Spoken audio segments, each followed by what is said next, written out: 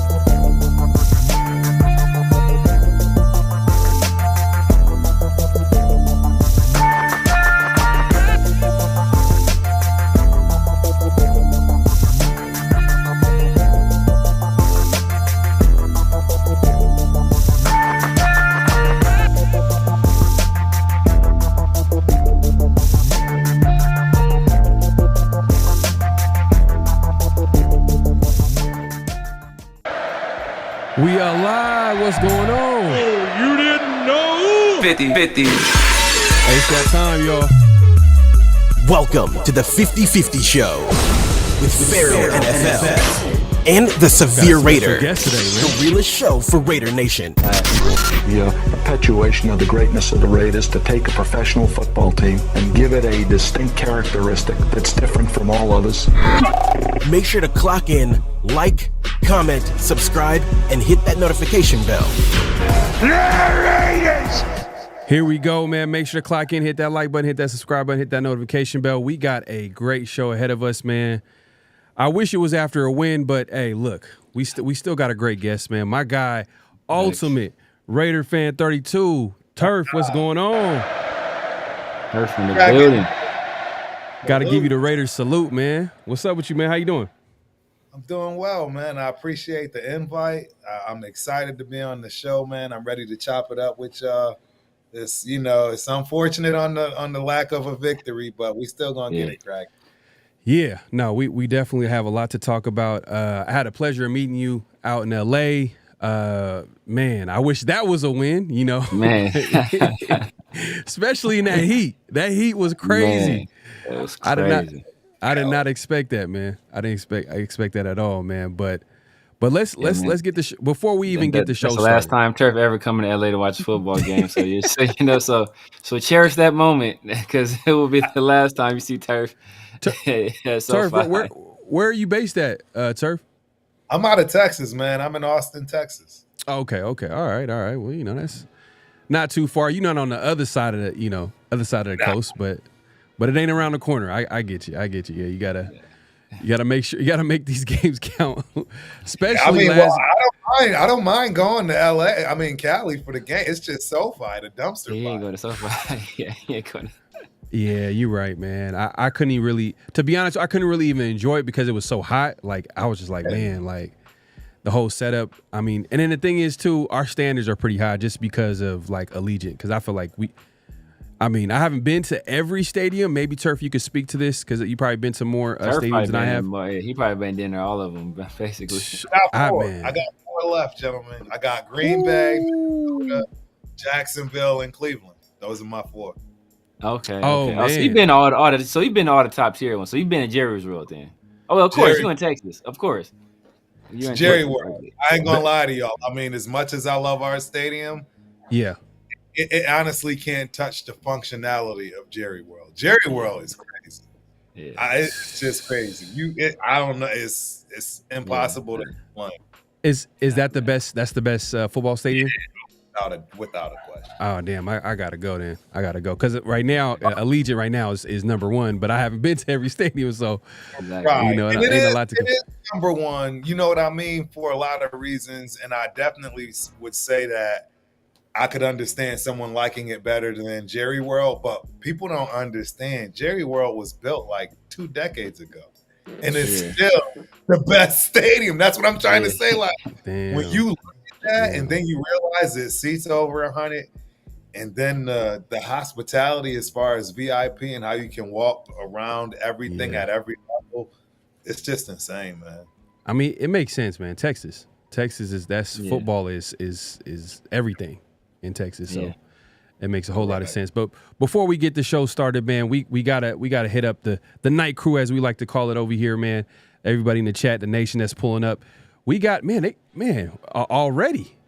already, man. We got Fire Lou Getsy already. That's how the first comment of the show was Fire Lou Getsy. That's what he really wanted to say.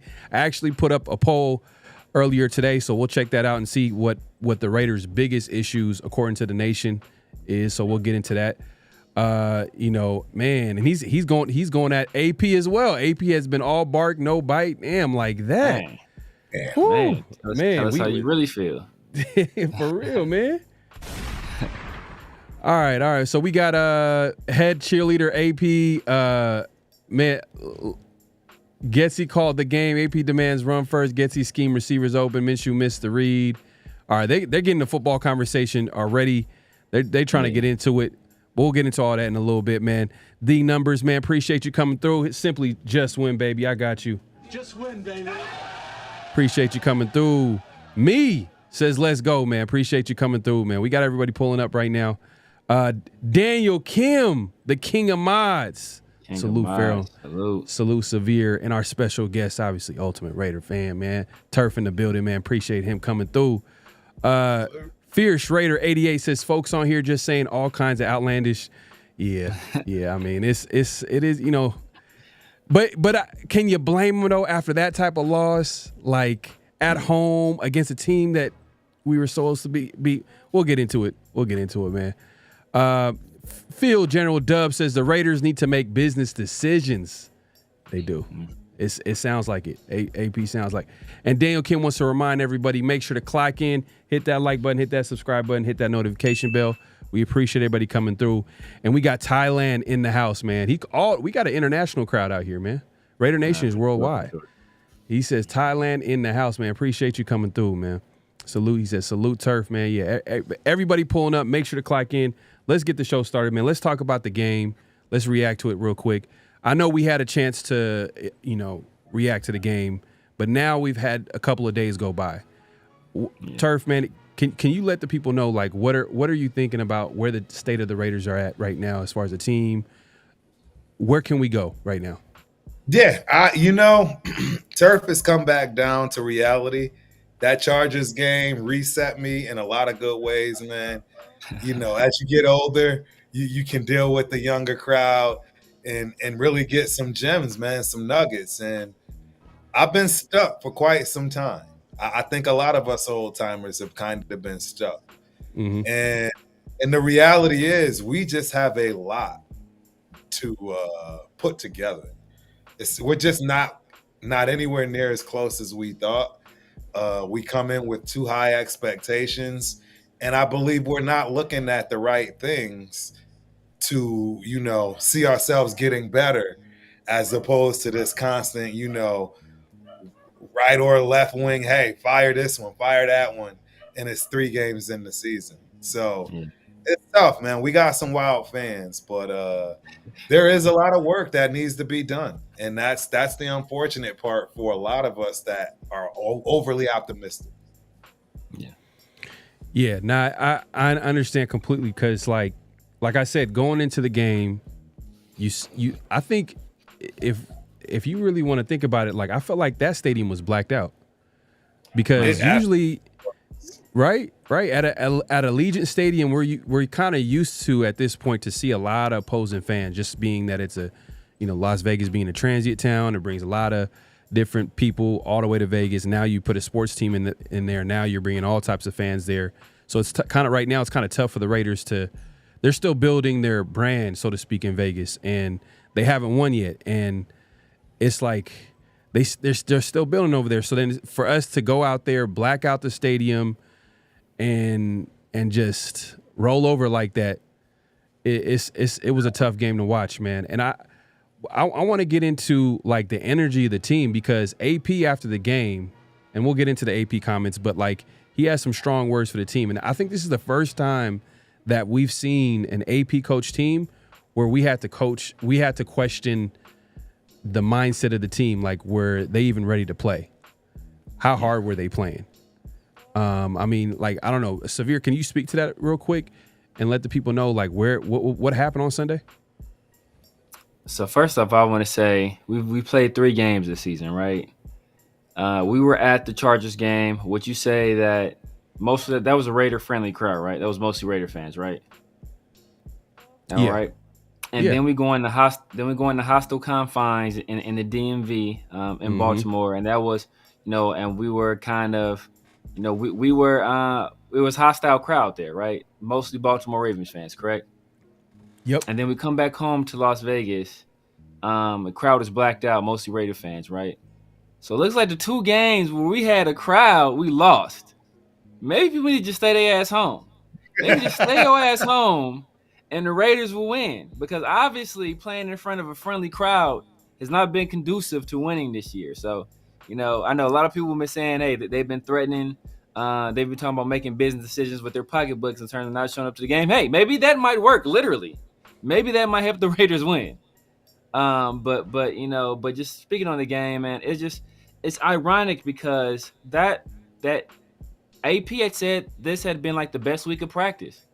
He said the offense, like everything had looked good all week. Like the team was dialed in. You would think that coming off that win against, a tough Baltimore team, but team that a lot of people expected to make a deep playoff run, if not go to the Super Bowl and possibly win the Super Bowl, winning that game in the fashion that we did, coming back from more than 10 points in the fourth quarter. I think the first time in 49 games we had done that. We had a little bit of momentum going into this game. Our home opener against a defeated Carolina Panthers team that had to make a quarterback change, just coming off of getting shellacked. You would think that there would be a situation where we want to assert ourselves and show what, we are the real deal. But I had spoke about it before, right? And that this team doesn't handle expectations well. They do not handle expectations well. Anytime you go into a situation where we're supposed to win, we never seem to be able to get ourselves up in those scenarios. And I don't understand why, and it's not just an AP thing. It's a Josh McDaniels thing. It's a John Gruden thing. It's going back for as long as I can remember. We have not handled business in situations where we need to handle business. And it seems like we win those games where people don't think we can win. And we lose those games where we should win. And we constantly seem to be playing to the level of our opponents. And we were hoping that AP would change that. And it's still time. It's still time. I'm not in a panic yet. It's 3 games in.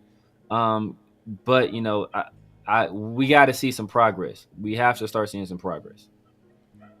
Yeah. I mean, you make some great points, man. And you made that point actually before the game. And that's kind of been like what everybody's been saying after the game was like, same old Raiders.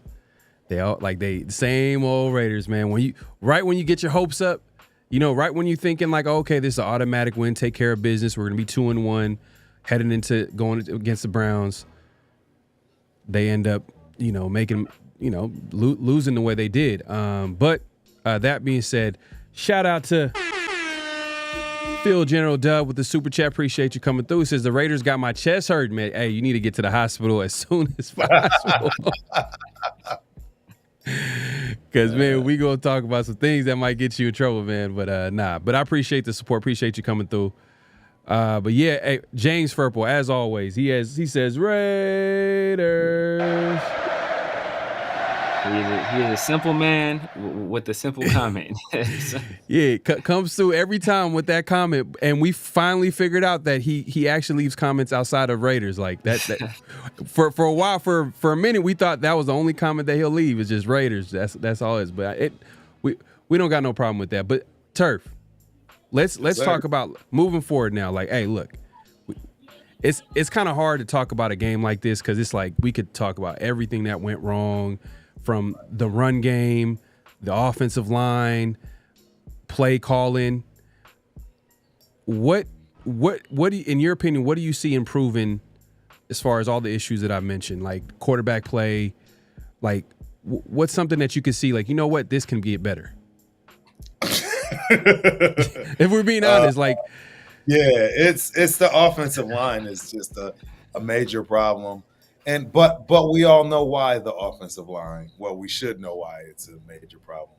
I mean, Colton Miller didn't play. When did he get hurt last year? I want to say it was week 8, week 7, week 8 last year. He was only supposed to miss a game or two, right? Yeah. That turned into missing the rest of the year, which turned into missing the whole offseason, which turned into getting surgery and missing camp. He's not gelling with his guard. He's not gelling with anybody on the offensive line. The whole offensive line in general is not gelling. They have to play like a unit in order for everybody else to be successful. It's no different than any other team, right? They have to become one before all the skill positions can flourish. And that's not going to happen when your number one main guy is still compensating for an injury and can't block.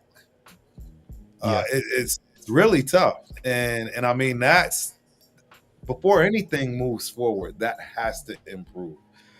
And another way that I see that improving is by coaching. I believe that it could be a little bit of tug and war right now between Getsy and James Gregg, the offensive line coach, right? Meaning, hey, this is the type of style I like as far as what I want you to run in this scheme as far as alignment, but that's not really Gregg's deal. Or vice versa. Who knows? But what I can tell is that the offensive coordinator and the offensive line aren't working. He's not calling the right plays for things to work based on the personnel and the people that he has, and that's the biggest problem we're having right now offensively. Man, you made it so part of, obviously it's on the players at the end of the day. Like, they're gonna have to get that chemistry right as offensive line, but you're also mentioning the coaching as well. And that could be it, bro. I mean, you saw the first comment. I mean, if you had a chance, shameless plug on the Ultimate Raider Fan 32, man, we have some of the best fans that are knowledgeable, and there is a lady, Peggy Holmes, that knocks it out of the park every time. And I'm so sad because she's absolutely right. Guys, we got what we wanted. We got AP, and we got to deal with getting AP, a rookie coach that is absolutely going to make a lot of mistakes and not do things right initially. And that's what you're dealing with. Yeah. Okay. Let me ask you this. What are the mistakes that we're seeing in AP, that you're seeing in AP specifically? He hired Luke Getsy. No, right. That's the number one, in all honesty, and I got to give Peggy her props. This is coming from Peggy, man, because she gave me such an enlightening perspective today. I mean, I hate it, but it's just facts. And now we have to reap what we sow. We have to sit in this. We all agreed AP should be the coach. We all wanted this, and now we got to eat it. And it comes with all of it, the good, the bad, and the ugly. And we're starting to see the bad and the ugly. My biggest fear right now with AP is he's such a rookie at this. He can easily lose this team even faster than McDaniels. Yeah. And none of us are going to know it, to an extent that we knew it like McDaniels, because, I mean, just his right-hand man alone and the way he played that game tells you there's a serious problem. You can't have your right-hand man that you brought in that's already been dubbed a troublemaker, an issue, a problem, and he's playing like the way he played and actually becoming an issue and a problem. If you saw in that Chargers game, I had a whole talk about that. I mean, that kid was on edge. Jack Jones was on edge the whole game. I saw AP pull him to the side, have conversations, and eventually you saw what happened. But I had seen that from quarter one. Number 5 was bad. And I think it was Chris, shout out Protect the Shield, but he actually said, hey, man, there are going to be people that target that man with the worst player on their team just to get him out of there. And it makes a lot of sense because he's a hothead. He's not mature. And we don't have a mature cornerback back there, right? I mean, Peters was who he was dealing with, right? It's a problem back there. It's a problem not having, you know what I'm saying, that old head, that OG to get these guys on track. That's why you see Jack Jones doing what Jack Jones is doing. And it's making AP look horrible because that's all on him. Jack Jones is all on him. I was warned by every Patriot fan, pretty much anybody that would give you the business, and they told you Jack is not it. He's a trouble kid. Man. And we're seeing it. So Man, that's a good point, man. I didn't really look into it like I didn't think it was going to be that, but you're making great points. And if y'all haven't already, make sure to head over to Ultimate Raider Fan 32 on YouTube and make sure to subscribe to my guy and like his videos, man. We appreciate him coming through. Hey, he makes a great point about Jack Jones. But you know, I guess everybody's kind of lost within all the other issues on the team. No one's really talking about the issues with Jack Jones, but wow, I didn't look at and that happened right in front of us. That happened on our side. I think Severe, when that fight happened at the end of the game, that Chargers game. Yeah, definitely. But you know, we had talked about this pre-draft, and one of the biggest reasons why I was so keen on drafting the corner is, first of all, you know, I really didn't have a lot of faith in Jacorian Bennett.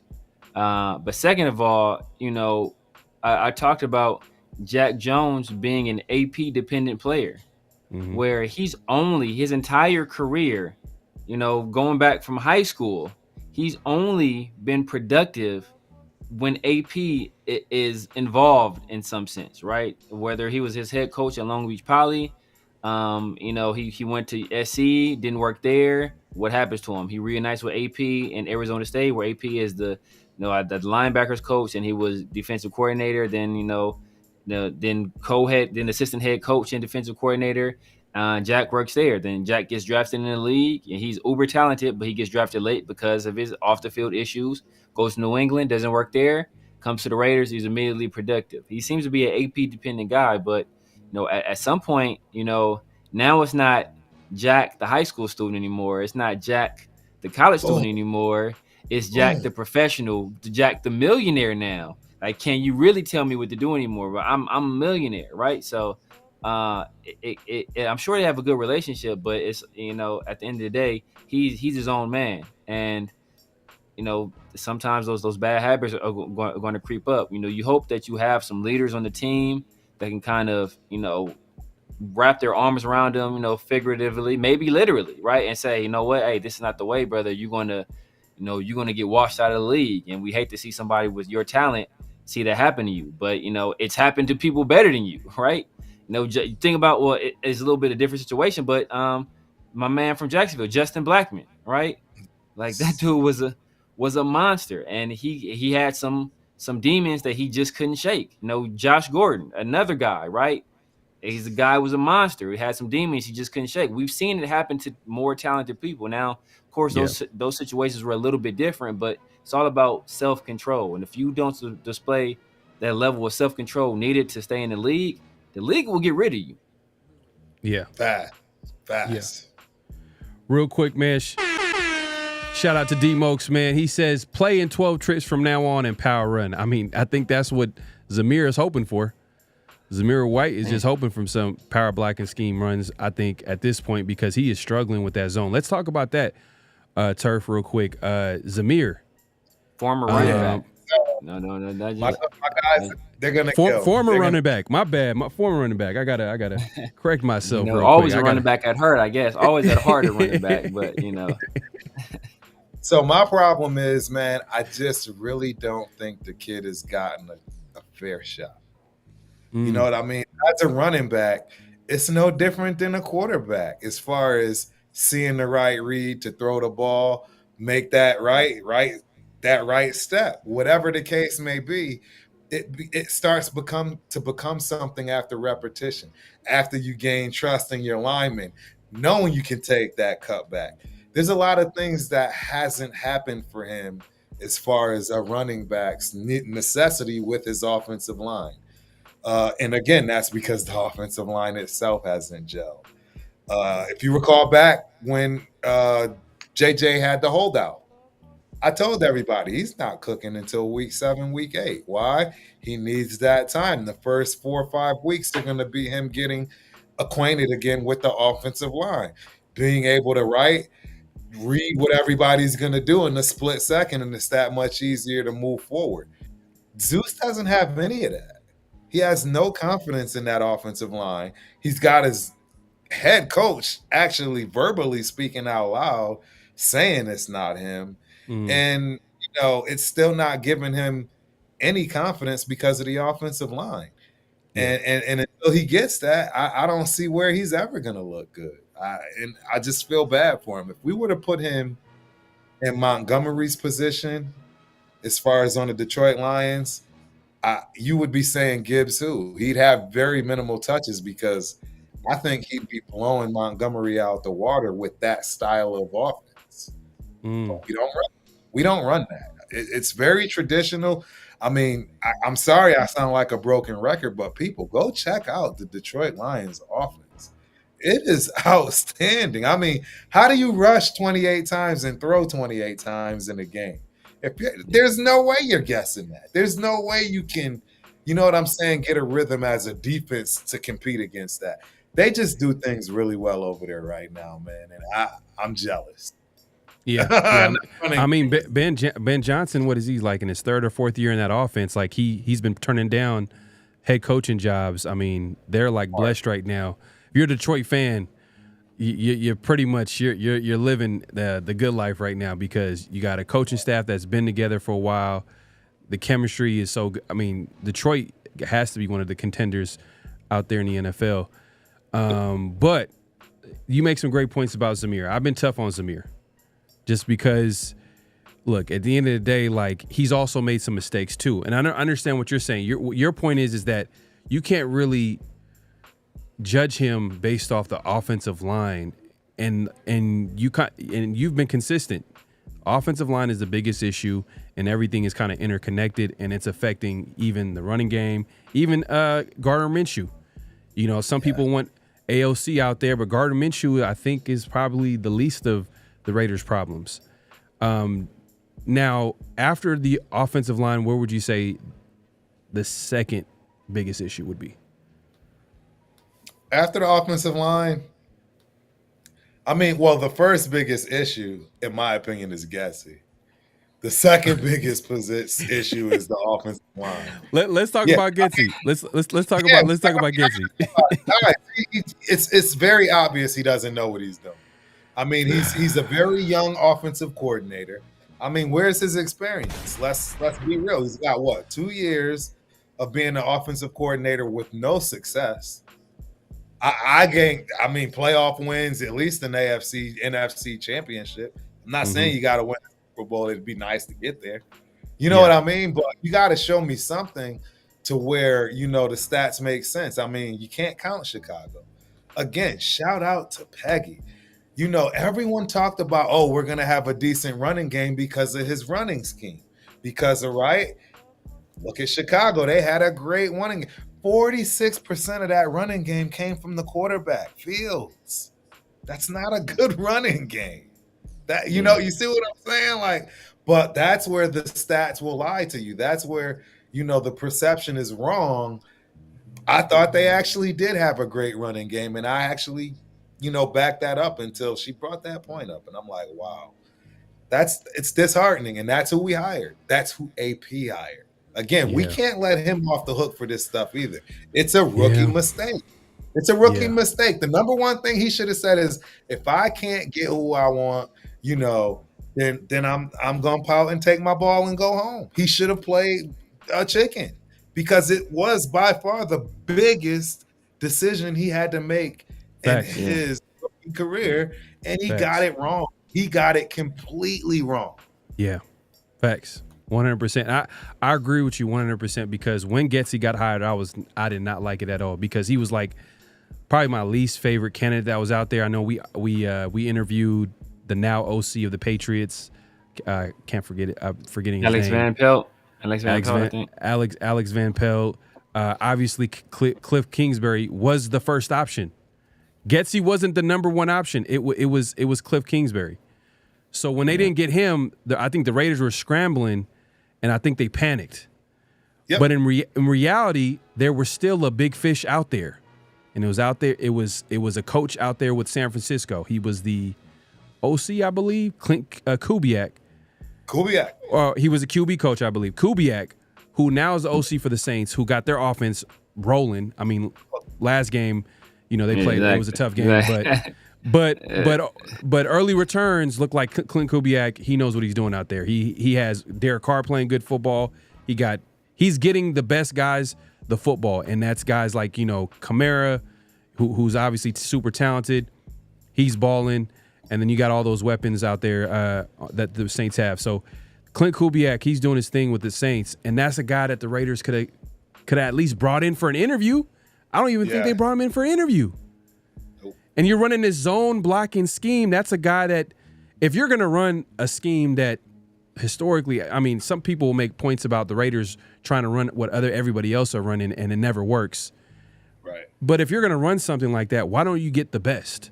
Why don't you take a coach from a, Kyle Shanahan coaching tree, which I feel like that's a high percentage that it's going to work out. If you look around the league, you grab someone from a Sean McVay coaching tree or Kyle Shanahan coaching tree, it's most likely going to work out. But,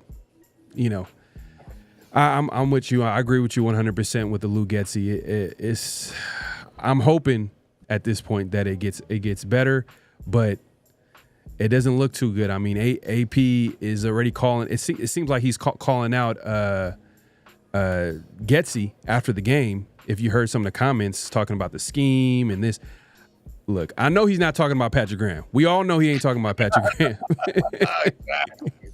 Not the Yale graduate. Yeah. Now, I'll add this before we move it along because there were some big injuries that we got to talk about, and then we'll talk about the impact of that. Another thing that we haven't brought up, because I know we're blaming AP for the hiring of Getsy. Do we hold Devonte Adams responsible for the hiring of Getsy? Because I know at the end of the day, coach makes the final decision, but just the other day, or actually recently, I think it was today, he was recently on a podcast saying that he feels he was saying the Raiders lean on him when it comes to the quarterback decision and what he thinks. So that leads me to believe, I'm sure they asked him about Lou Getsy in his time. I'm sure they asked him about it because he played under him. So do you hold Devonte Adams accountable, or is it just 100% on? I'm actually, honestly, looking at Devonte a little sideways in general right now. He's not doing what he expects of himself, let alone what we expect of him. He's way off the mark right now. The amount of drops, the woe is me attitude, the throwing the arms up and, acting like a child when things aren't going his way. As a veteran that should be wearing a gold jacket, first-time Hall of Famer, ballot, it is a little puzzling to me, and I just can't understand his behavior right now. It's the last thing we need. Yeah. He needs to be leading by example, not doing what he's doing. So I'm actually a little ticked with him all the way around. And absolutely, I put some of this on him. If you're going to stick your neck out there and say they're taking notes from you, well, then you got to stick your neck out there when it's time to get that heat. Yeah. I mean, last game, I felt like he had some of these catches, but he wasn't securing the football. And I guess you count that as a drop because they're coming in and swiping at the ball. And at the end of the day, one of them looked like a fumble. I think one of them almost looked like a fumble, but they didn't call it. It is what it is. Yep. We'll take that. But yeah, Devonte definitely got to play better. And it was a whole, like last game was a complete team loss. complete team loss. That being said, Chili Willie says Zeus is McFadden in the zone blocking system all over again. Hey, that's a good comparison a little bit, because I felt like square peg in a round hole. Yeah, because I felt like, if you guys remember, McFadden really blew up when Hugh Jackson took over at OC and asked him. We all remember that story where he talked to McFadden. Hey, what are your plays that you like? And the rest is history. McFadden had a pretty good 2-year run until injury set in. But that's wow, gentlemen. Honestly, in my opinion, that's how you know you have a good leader, just period, across the board. And that's almost damn near in anything that's being done, particularly when you're trying to win as a team. You'd be foolish not to ask people where they think their biggest strengths are, what they do best, and fit that into your scheme. It's always these guys, these arrogant, guys that think they know it all, and you're gonna fit my system or you're out of here. You're not gonna win that way. If you don't know how to fit your system around the players that you currently have, never gonna work. And Getsy is proving that he has no idea what to do with the people we have. No idea.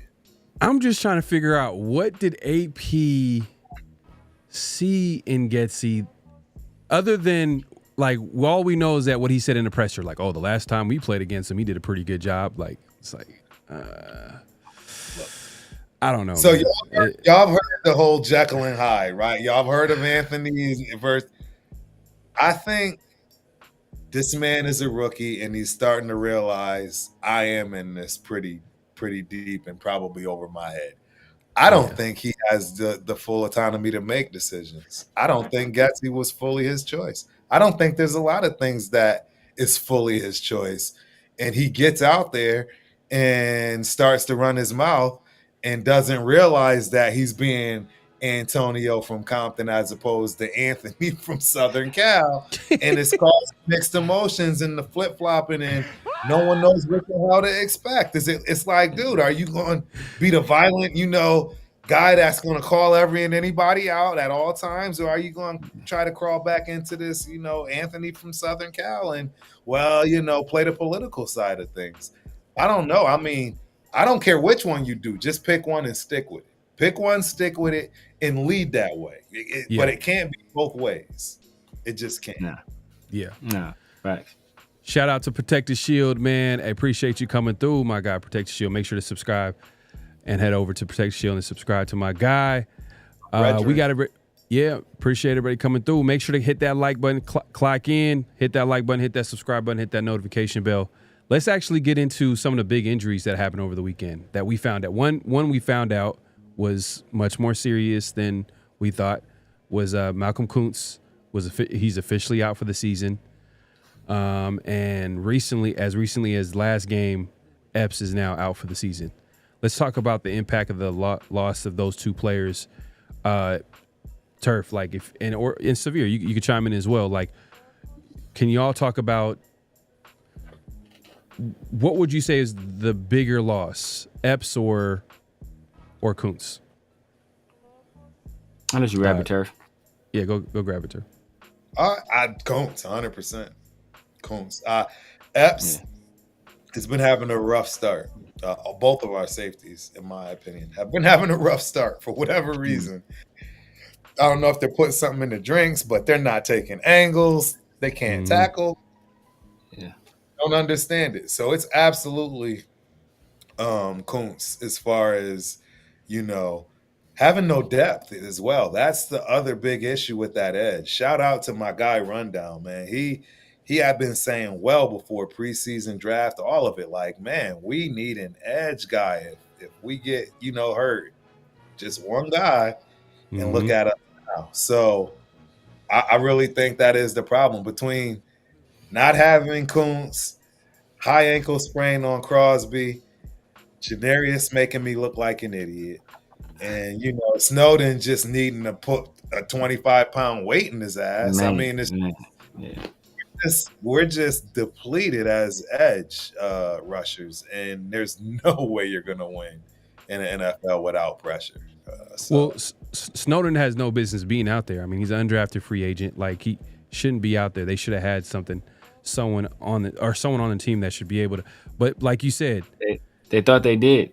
That's the problem. They thought they did. They thought they did, and that's the issue. That's the issue. And I completely agree with Turf. Right? I mean, it's for as important as Marcus Epps is, just in terms of communication on the. I was about to pull a Pharaoh, but communication in the secondary. You know what word I was about to say? For communication in the secondary. Mike Epps. He was going to call him Mike Epps. Man, so as important as it is for communication back there, and Epps, and we know that Epps last year Epps had a tremendous positive influence on Trevon Merrick. That influence hasn't carried over to this year, and we noticed that when AP took over, and the defense really started taking off, that coincided with the emergence of Malcolm Koonce as one of the best pass rushers in the league. And the pass rushing grades, the pressures, all that stuff bears that out. And what he was able to do on the opposite side of Max Crosby, I mean, I've said a number of times, there were several games where teams were saying, you know what, we're going to send doubles and chips at Malcolm Koonce. We'd rather this our right tackle block Max Crosby one-on-one than let Malcolm Koonce destroy this game. So I think that is a huge blow. And in terms of edge, man, we all assumed, well, not everybody, because I've been saying it, but most people assumed that we had a guy last year. We drafted a guy top 7 last year who, hey, you know what, this guy should be able to step into that role and maybe not duplicate what Koonce was doing, because like I said, Koonce was playing at an elite level, but play at an above average level. You are a top 10 pick in the NFL draft. You got a full off season. You got out there. You was taking your creatine. You was lifting your weights. You out there. You posing like a bouncer, standing next to John Jenkins, looking all swole. And it's that play that hasn't translated to the field. You was at the Pass Rush Summit. We thought maybe that would be a little bit something. Hey, you're around all these other alphas, some of the best pass rushers in the league. Maybe you'll pick up a nugget or two, and you can take that into the season. And it just hasn't materialized, man. So I think we're in big trouble. I know the hope was, having Christian Wilkins on the inside, that could help a little bit. You get some pressure up the middle, but even with him and with Max, it's still not enough. So edge is something that definitely needs to be addressed. My top defensive player this past draft, everybody I had 2 guys I was on. It was Latu and it was Quinion Mitchell. And it looks like both of those guys would have been great additions. We could have traded back and selected either one of them. I'm just going to push back a little bit. I agree that Koonce is a bigger loss than Epps, obviously, but I think the Raiders were fine until Max got hurt. Because Max was still getting there, still getting pressure. Him and Wilkins are running stunts, and no one could stop it. I didn't think it was a big issue until Max got slowed down by that high ankle sprain. That's where you seen the loss of Koonce. That loss of Koonce really hurts when you got a guy like Max Crosby, obviously arguably the best player on the team, best player on defense. But real quick, Milk Abeezy says, we tried to interview Kubiak, but I think he chose the Saints. No, I heard there was interest, but they didn't want to wait. That's the problem. They didn't wait to interview him. They never got a chance to get around to interview him. And I agree. Kubiak and Zach Robinson. Yeah, but I say the other guy from Zach Robinson, yeah. Sean McVay. That's the guy from the Sean McVay tree. He from the Rams. But I think it was kind of a done deal because if you guys, the head coach, Raheem Morris, he was the defensive coordinator for the Rams. Yeah, Atlanta is just Atlanta. They're making all the right moves. They're making all the right moves. I'm dropping an atomic bomb in Atlanta, bro. I'm destroying everything, bro. They took our offensive coordinator. They took our quarterback. It's like, dang, dog. I agree, man. We're taking the page from the Packers book, man. They're set for the next decade at quarterback. They don't got to care about another. I hate the Falcons, man.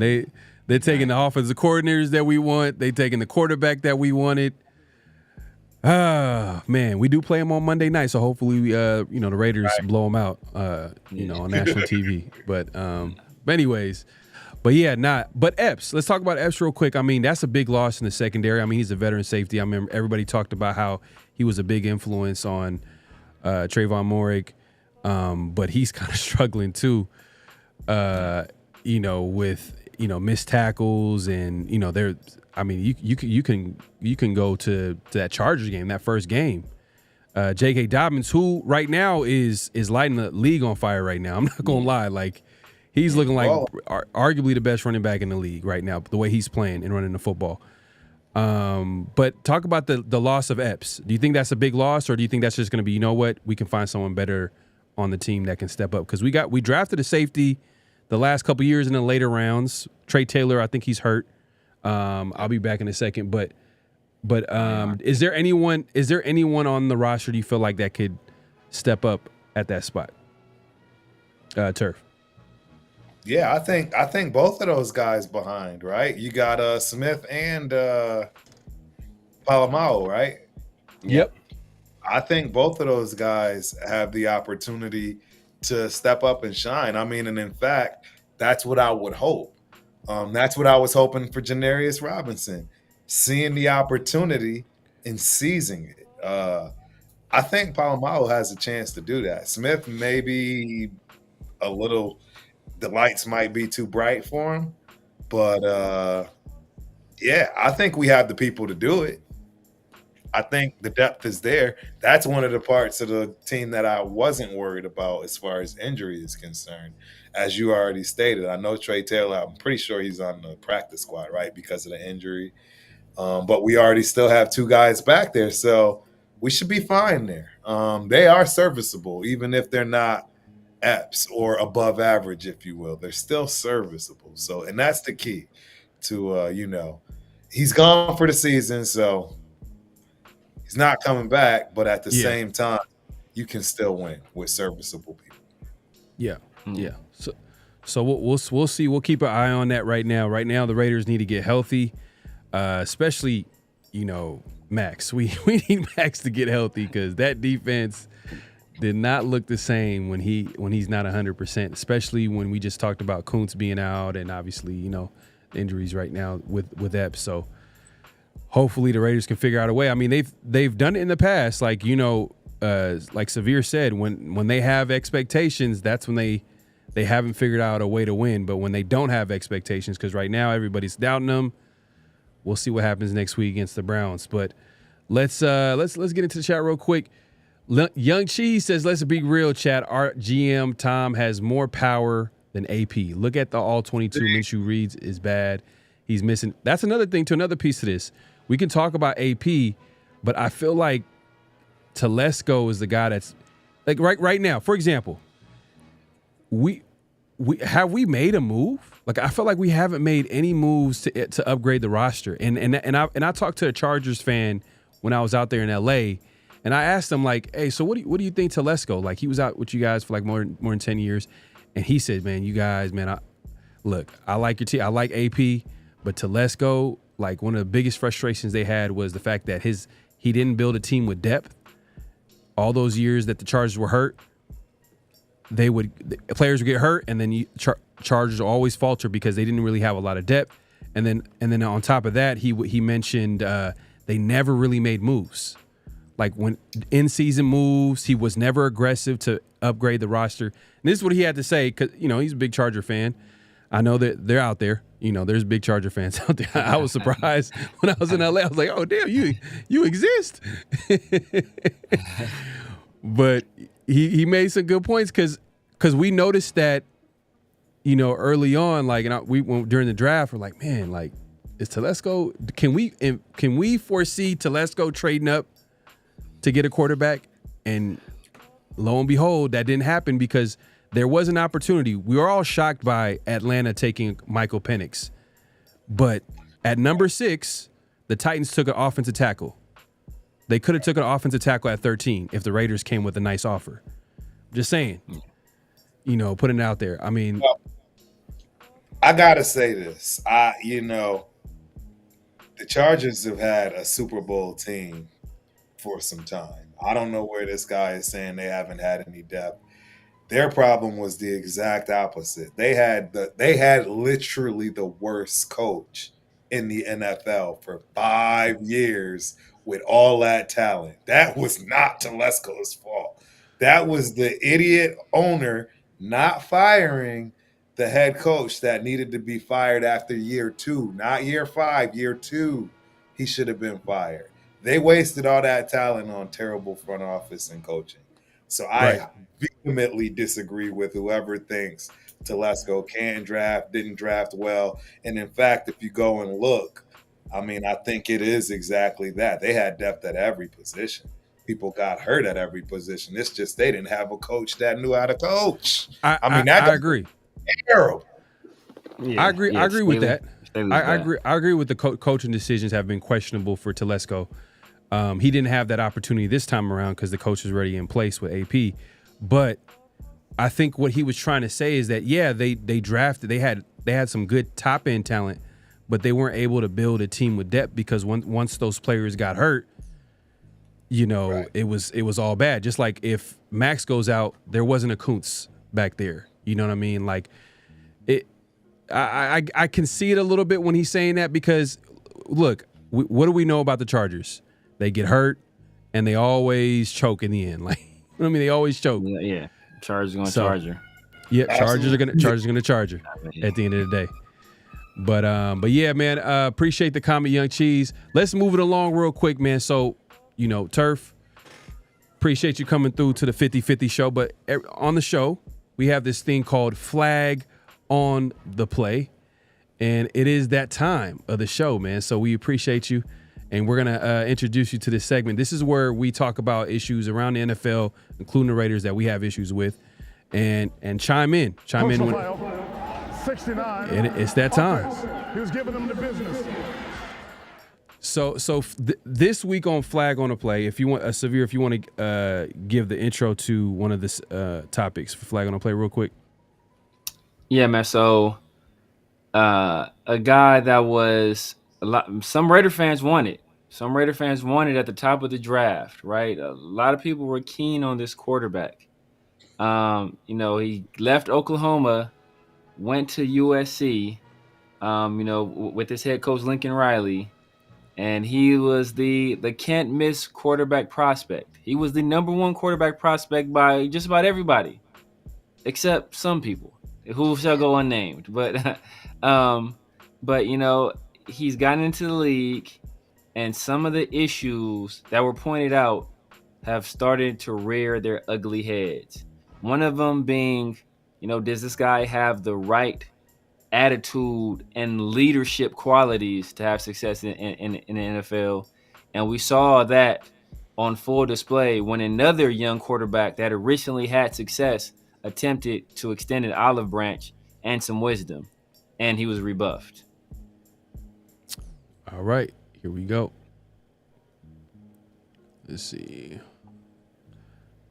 Good job out there, bro. Yeah. Hey, keep going. Stop taking those hits. Yeah, I know. Hey, learn from those mistakes, and everything that you got, bro, is in you already, bro. You're gonna be a hell of a player in this league. Yeah. All right, boy. Appreciate it. For sure. Good job out there, bro. Yeah. So that was the in-game interaction, and this is, I think you had the because a lot of people were talking about how his reaction, Caleb Williams' reaction to the advice, and if you look at his body language, he didn't want to talk. To be fair, though, they lost. They just lost the game, and he played terrible. You know what I mean? The Chicago Bears offense has been, it's kind of been a mixed bag to start the season. So I'll give him that, but it seemed like he was a little bit defensive when he approached him and tried to talk to him. And this is CJ Stroud talking about it and kind of like pretty much saying that, hey, look, I didn't mean anything by it, but let's go ahead and play this clip. I had some of the best advice given to me last year, and me and Caleb, I was not trying to like treat him like I was trying to like little bro him or nothing. He knows that too. I have a ton of respect for him. I told him I have respect for him. But I had so many guys coming to me after games last year, and that meant the world to me.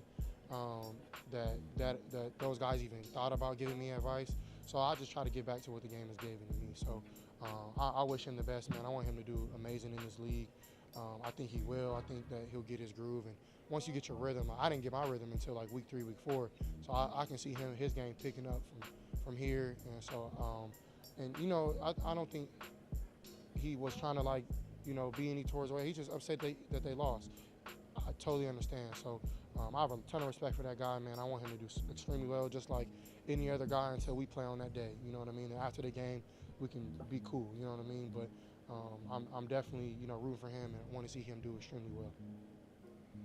So that's C.J. Stroud pretty much, you know, defending that him coming up to him. I mean, he shouldn't even have to explain himself. I think he had the right intentions. He was just going there, just giving them.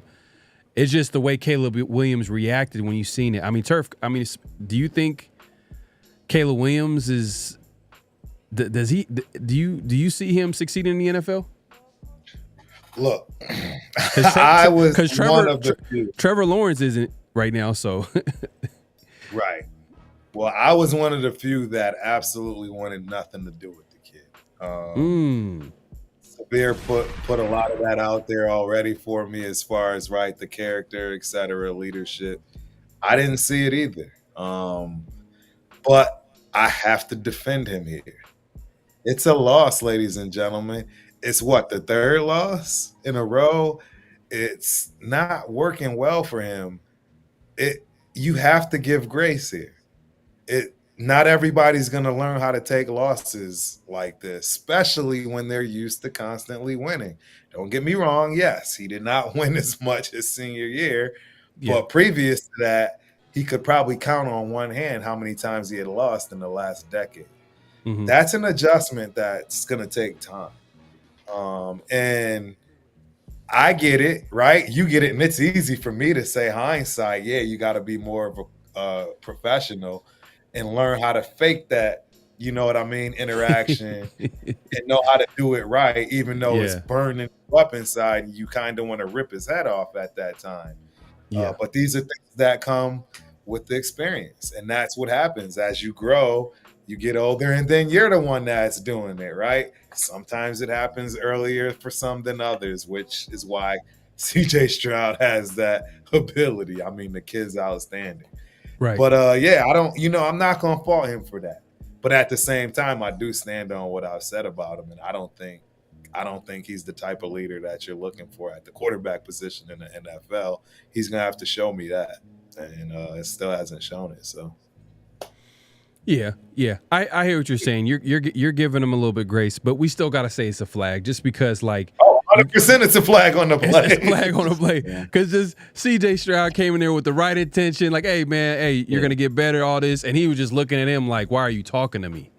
That's the energy that he was giving. Why are you talking to me? I'm trying to leave. You know what I mean? But man, look, Turf is better than me, bro. I'm giving this dude no grace at all. He gets no leash, no rope, none of that, bro. None of that. This is the same dude, and this is the kind of person he is. That's why, bro, like I said, I know people that know that run in those circles. I'm in SoCal. I know people that run in those circles that know what kind of dude he is. He's not that. He's like I said. He's not a guy that's a leader. Also, how he handles things, right? The perfect situation when Max Duggan and TCU, when they lost the national championship game and Max Duggan was crying, Caleb Williams was dogging him. And then Caleb loses a regular season game to Michael Penix. He's in the crowd crying in his mother's arms, right? Like, how do you handle losses? That tells me a lot about how you are as a man. And perfect example. This is another example, right? So if that wasn't the case, because there was 2 situations where he cried during a loss, you know, and people criticized him for it. So you would think that as a person who is striving to be the best professional he can be, would say, you know what, dang, people criticized how I handle losses. It's not a good reflection of me as a person or as a leader or as a football player. Let me work on that. So you have an opportunity to go against a guy who last year was in basically the exact same situation as you, a flailing franchise who many people said was the worst situation in all of football. This guy took this team, was in the MVP conversation most of the year, took them to the playoffs and won a playoff game. His second year in the league, he's considered a top 7 quarterback in the league. This guy is taking the time out of his day to extend some advice to me. You would think that I would listen, but instead of listening, I would rather be a sore loser and rebuff any opportunity or any advice you're giving me, bro. That's not a leader. That's not somebody that I see as mature. That's not the guy I want to be the face of my franchise. You have to be graceful in defeat, but graceful in victory as well. And Caleb Williams doesn't seem to be either. That boom, mic drop, fire, everything. Yeah, mic drop, man. You're right. I give too much grace sometimes, and I'll admit I probably definitely give him way too much grace because it's like you said, it's the same old, same old. It's nothing new. We knew that was exactly who he was. So yeah. Great. But to continue on with flag on the play, the fans right now, man, they're already calling out Gardner Minshew after obviously the Raiders lost last weekend, and they're calling for a starting job. They want to see AOC out there. We got to call a flag here. We got to because the issues we talked about it. I felt like the one thing that we didn't even talk about even before quarterback, the defense too. We didn't really get on the defense a little. We talked about Jack Jones, but that run defense right now has to be concerning. Every game that we played, we've given up big plays against the run. We've been struggling. And after a while, that's going to take a toll on the defense, and teams are going to take advantage. And that's something that we got to talk about. But we also got to call out the fans right now who are saying Gardner Minshew should not be the starter when technically he's not really getting protected out there. You know what I mean? And what is a guy like AOC going to do when a guy like Minshew, who I'm not saying he's the greatest runner, but he has a lot more mobility than AOC? Turf, I mean, do you agree that this is a flag on the play? 100%. I mean, and everybody knows that I am pro AOC. I am all about AOC. I actually thought he won the winning job, and I wanted him to start. So for me to tell people that you're crazy, says a lot in my opinion. I do not want Gardner Minshew benched. I don't want AOC playing. I didn't want AOC playing in the game against the Panthers. I actually didn't even realize he was playing until literally like the last drive. I was like, oh wow, they put him out there. I don't know why. Let him sit and develop. I am old school when it comes to that, particularly with quarterbacks, because just so many of them come and go from not having the ability to be developed. It's why I keep, woofing about Sam Darnold, right? That kid got passed around like, right? He went to a horrible team to start, had nobody in the vicinity for help, and then everybody's clowning him because he's quote unquote seeing ghosts. You go play quarterback with a terrible offensive line, no weapons, and you're a rookie and see if you're seeing ghosts. Now the kid's 3-0 and he's got Jefferson down the sideline, it seems, every quarter. I'm happy for him. I don't know what else to say from that respect, but definitely flag on the play, man. Minshew he should not be benched. Right. At minimum week 8, reevaluate. At minimum. Yeah. No, facts. We agree with you 100%. That's why we had it as a flag on a play. I think what it is that fans are really frustrated with the team and the offense. And I think the easy answer is like, oh, we need to change quarterback. But it's not really that simple. The issues are bigger than just a quarterback. We kind of knew what we have going into the season as far as the quarterback room is. It's just that we thought we would have a better run game. We thought we would have better offensive line play. And, according to the Raiders and AP, they thought that the play calling was probably going to be better too. So, it is what it is. But Zamir, man, if you want to chime in on this. Yeah, man, it's a situation where It's way too early, right? Like if these same people that are calling for Gardner's job, if this was Aiden O'Connell, they wouldn't be like, oh man, it's time to move on for Aiden O'Connell. I've Yeah. seen enough. I've seen enough Yeah. of this Aiden guy. Like let's see what this Gardner like. No, not at all, right? Like we were sitting at 1-2 going into this Cleveland game, a very winnable Cleveland game. Most of us thought after 4 games we would be 2-2. I think that's the record that most people said, hey, you know what? This is about the record we would be. And if Gardner is able to get us to that record, he should keep the job. So he has an opportunity to get us to that record. Now, if he goes out and he puts out a dud against Cleveland, I think at that point Antonio Pierce will start to press a little bit, and I could see him making some changes. I think it would still be premature just because, these guys, it's still a lot that needs to gel with this team, right? The running game hasn't gelled, the offensive line hasn't gelled. I don't think he's all the way on the same page with some of his receivers in terms of, you see him like some miscommunication stuff with Devonte. I already talked about that play in week 1. That backwards pass, I already said I felt that was a miscommunication between him and Devonte. That probably should have been a stop route in that situation. If the DB's playing 8 yards off of you, you can run that stop route, get an easy 4 or 5 yards there. I think he assumed Devonte was going to do that. He didn't, and tried to pull it back and end up being a fumble. So I think there's a lot of machinations that just aren't they aren't really working right now. Offensive line is bad. Play calling it's hit and miss. We all thought Brock Bowers was the king of the world, and then teams start paying attention to him, and then what do you do this game? So it's a lot of stuff that has to go on. Michael Mayer hasn't been getting involved. Jacoby Myers really didn't get involved until the Carolina Panthers were playing prevent and saying, hey, we're just going to keep everything in front of us and rally and tackle. And then Jacoby Myers rattles off, 5 receptions in a row or whatever. So it's a lot that has to go on. I think, chief among them, we have to have some kind of threat of the run.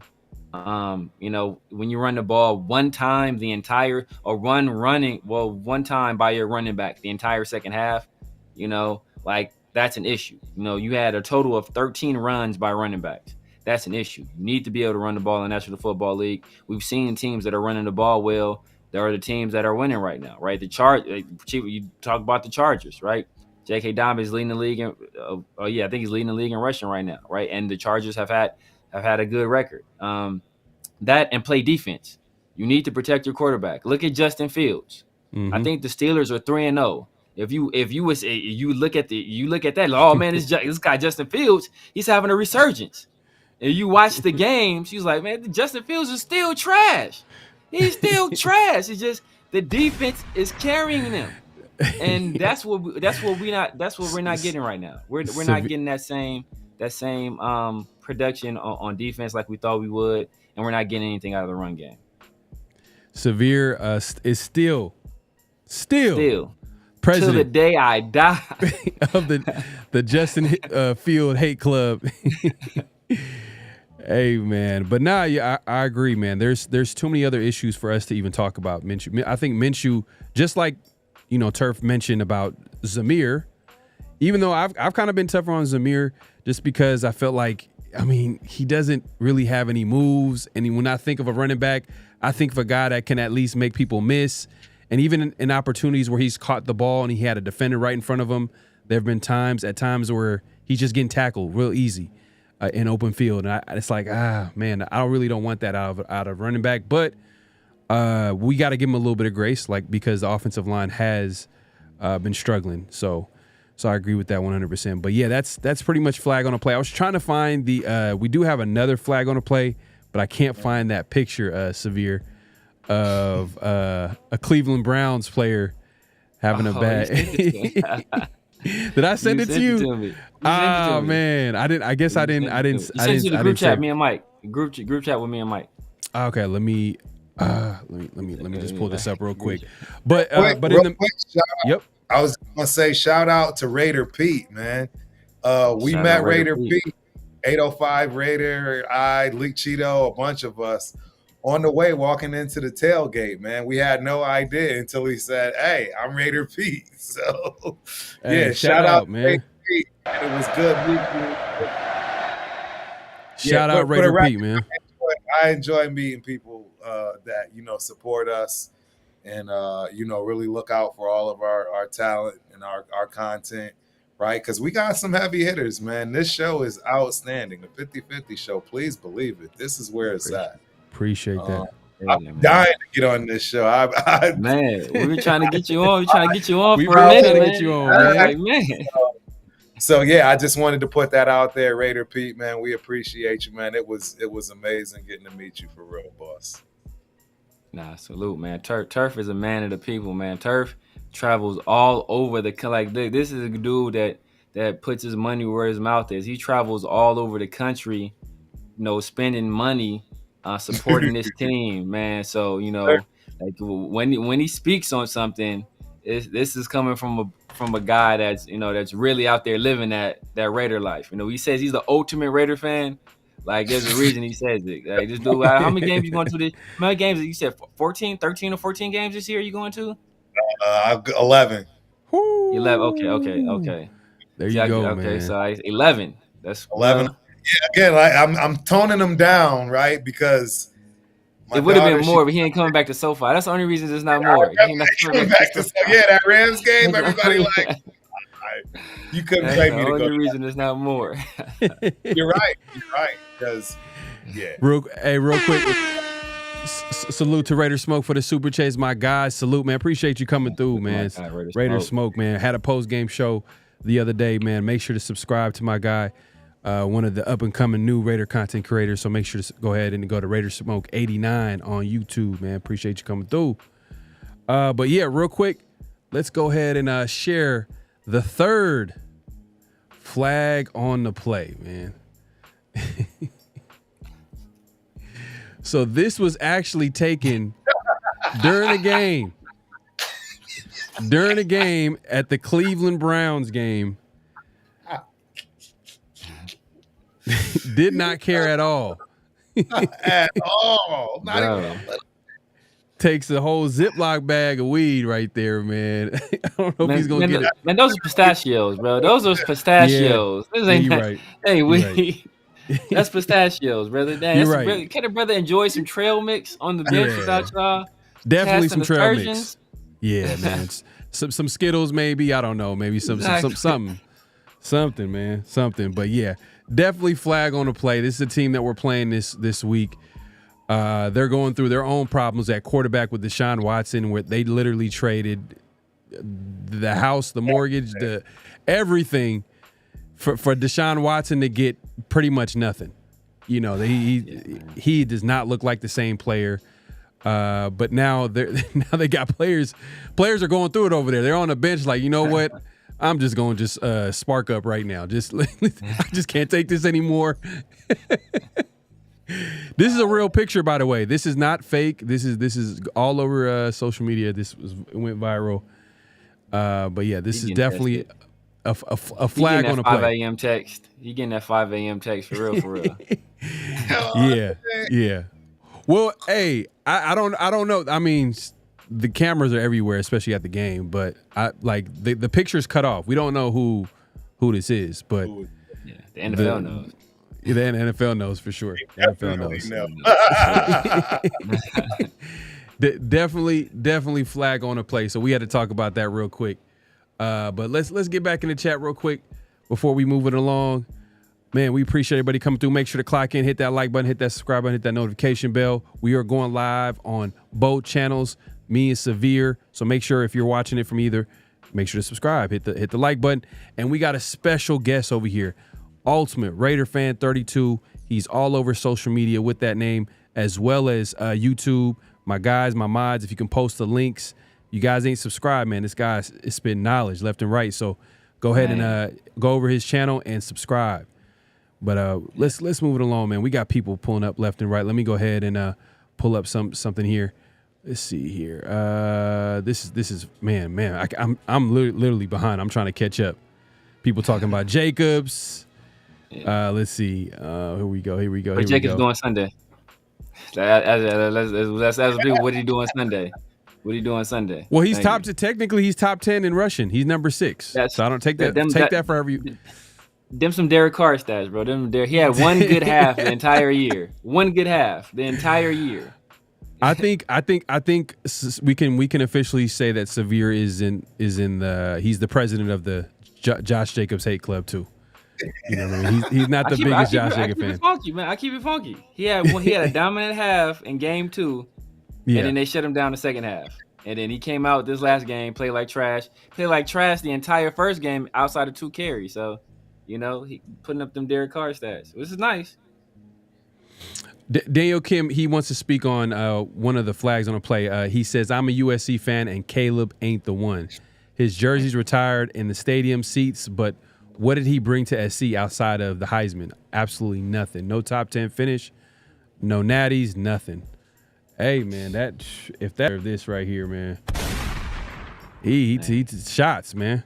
At the end of the day, what Al Davis say just win, baby. And he said Caleb didn't do none of that. At all. None of that. I didn't want. Yeah. Hey, man. But now we appreciate everybody coming through, man. I'm trying to get through this chat. Everybody's having conversations in here.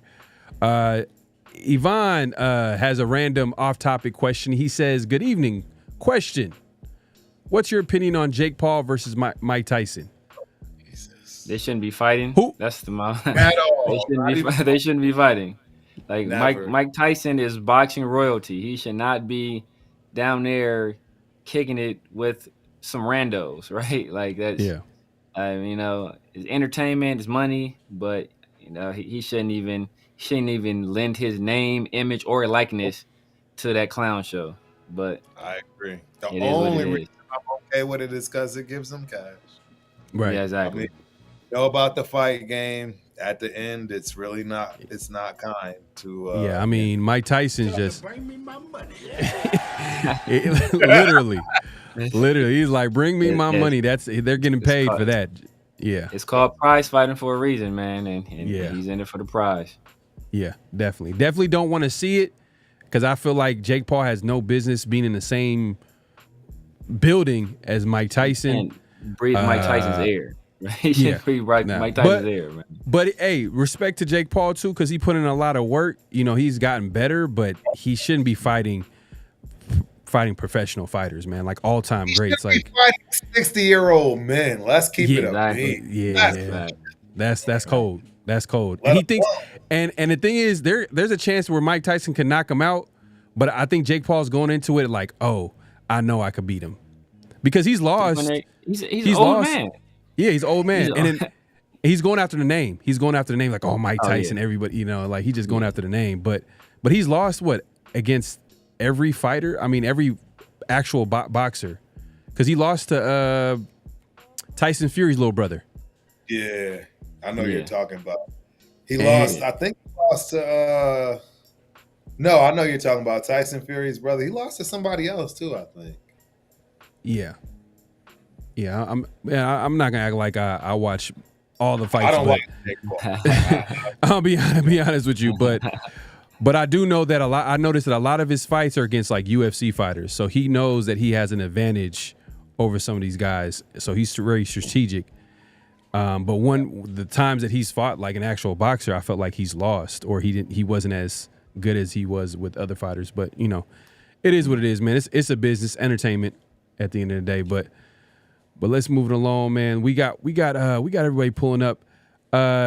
Raiders are going to be 5-11 this year. Whoo, damn, just like that. Like that? Come on now. I mean, it's bad. We played 17 games, so maybe we got a chance to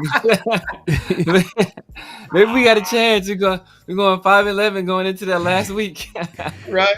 With a chance to win one more. Basically the last 2 games, the Raiders have failed to exist. Like they're not going to be. Exactly.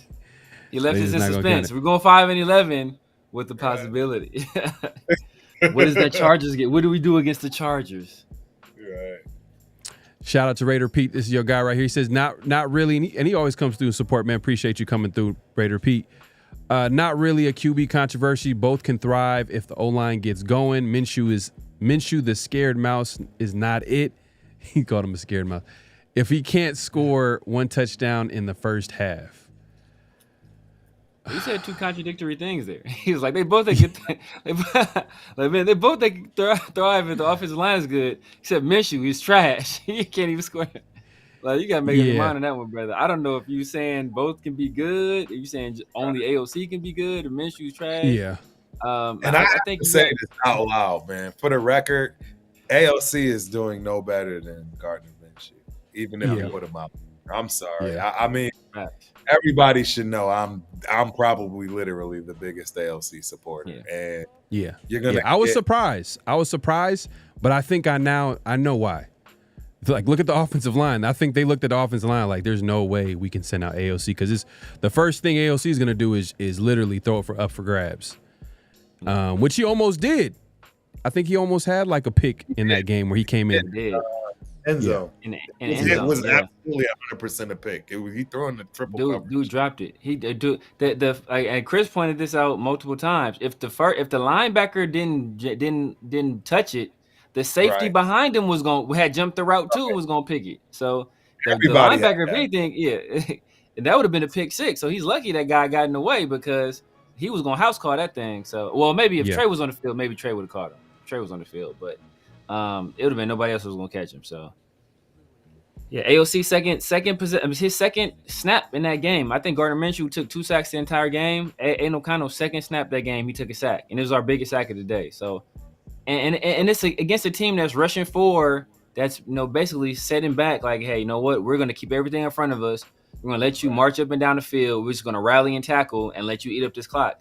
As long if you can't get 2 or 3 onside kicks on us, this game is in the bag. So, like, it was good that he got those. He got some reps. It was good to see JPJ and Glaze out there. But like what Gardner Minshew, what Aiden O'Connell put together in that last drive, like that doesn't show that didn't show anything to me to say that he's ready to be the starter, that he'd do any better if he was a starter, to be honest.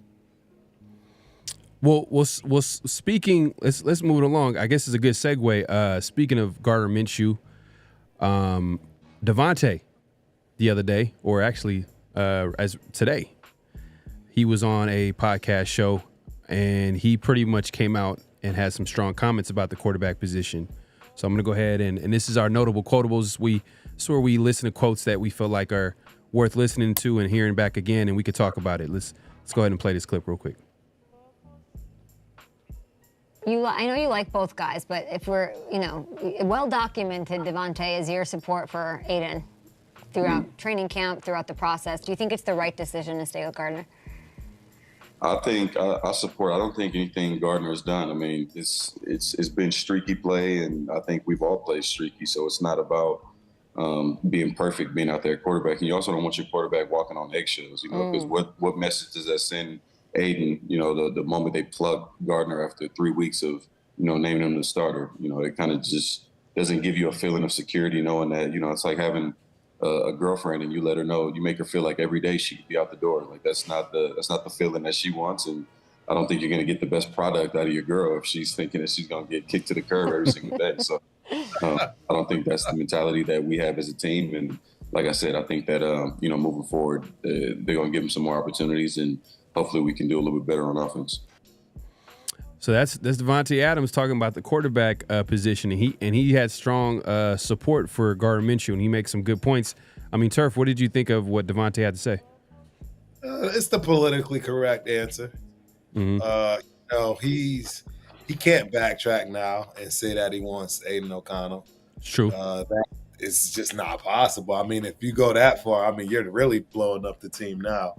So he said what he had to say, and I can't fault him for that. You know what I mean? It's still a team at the end of the day.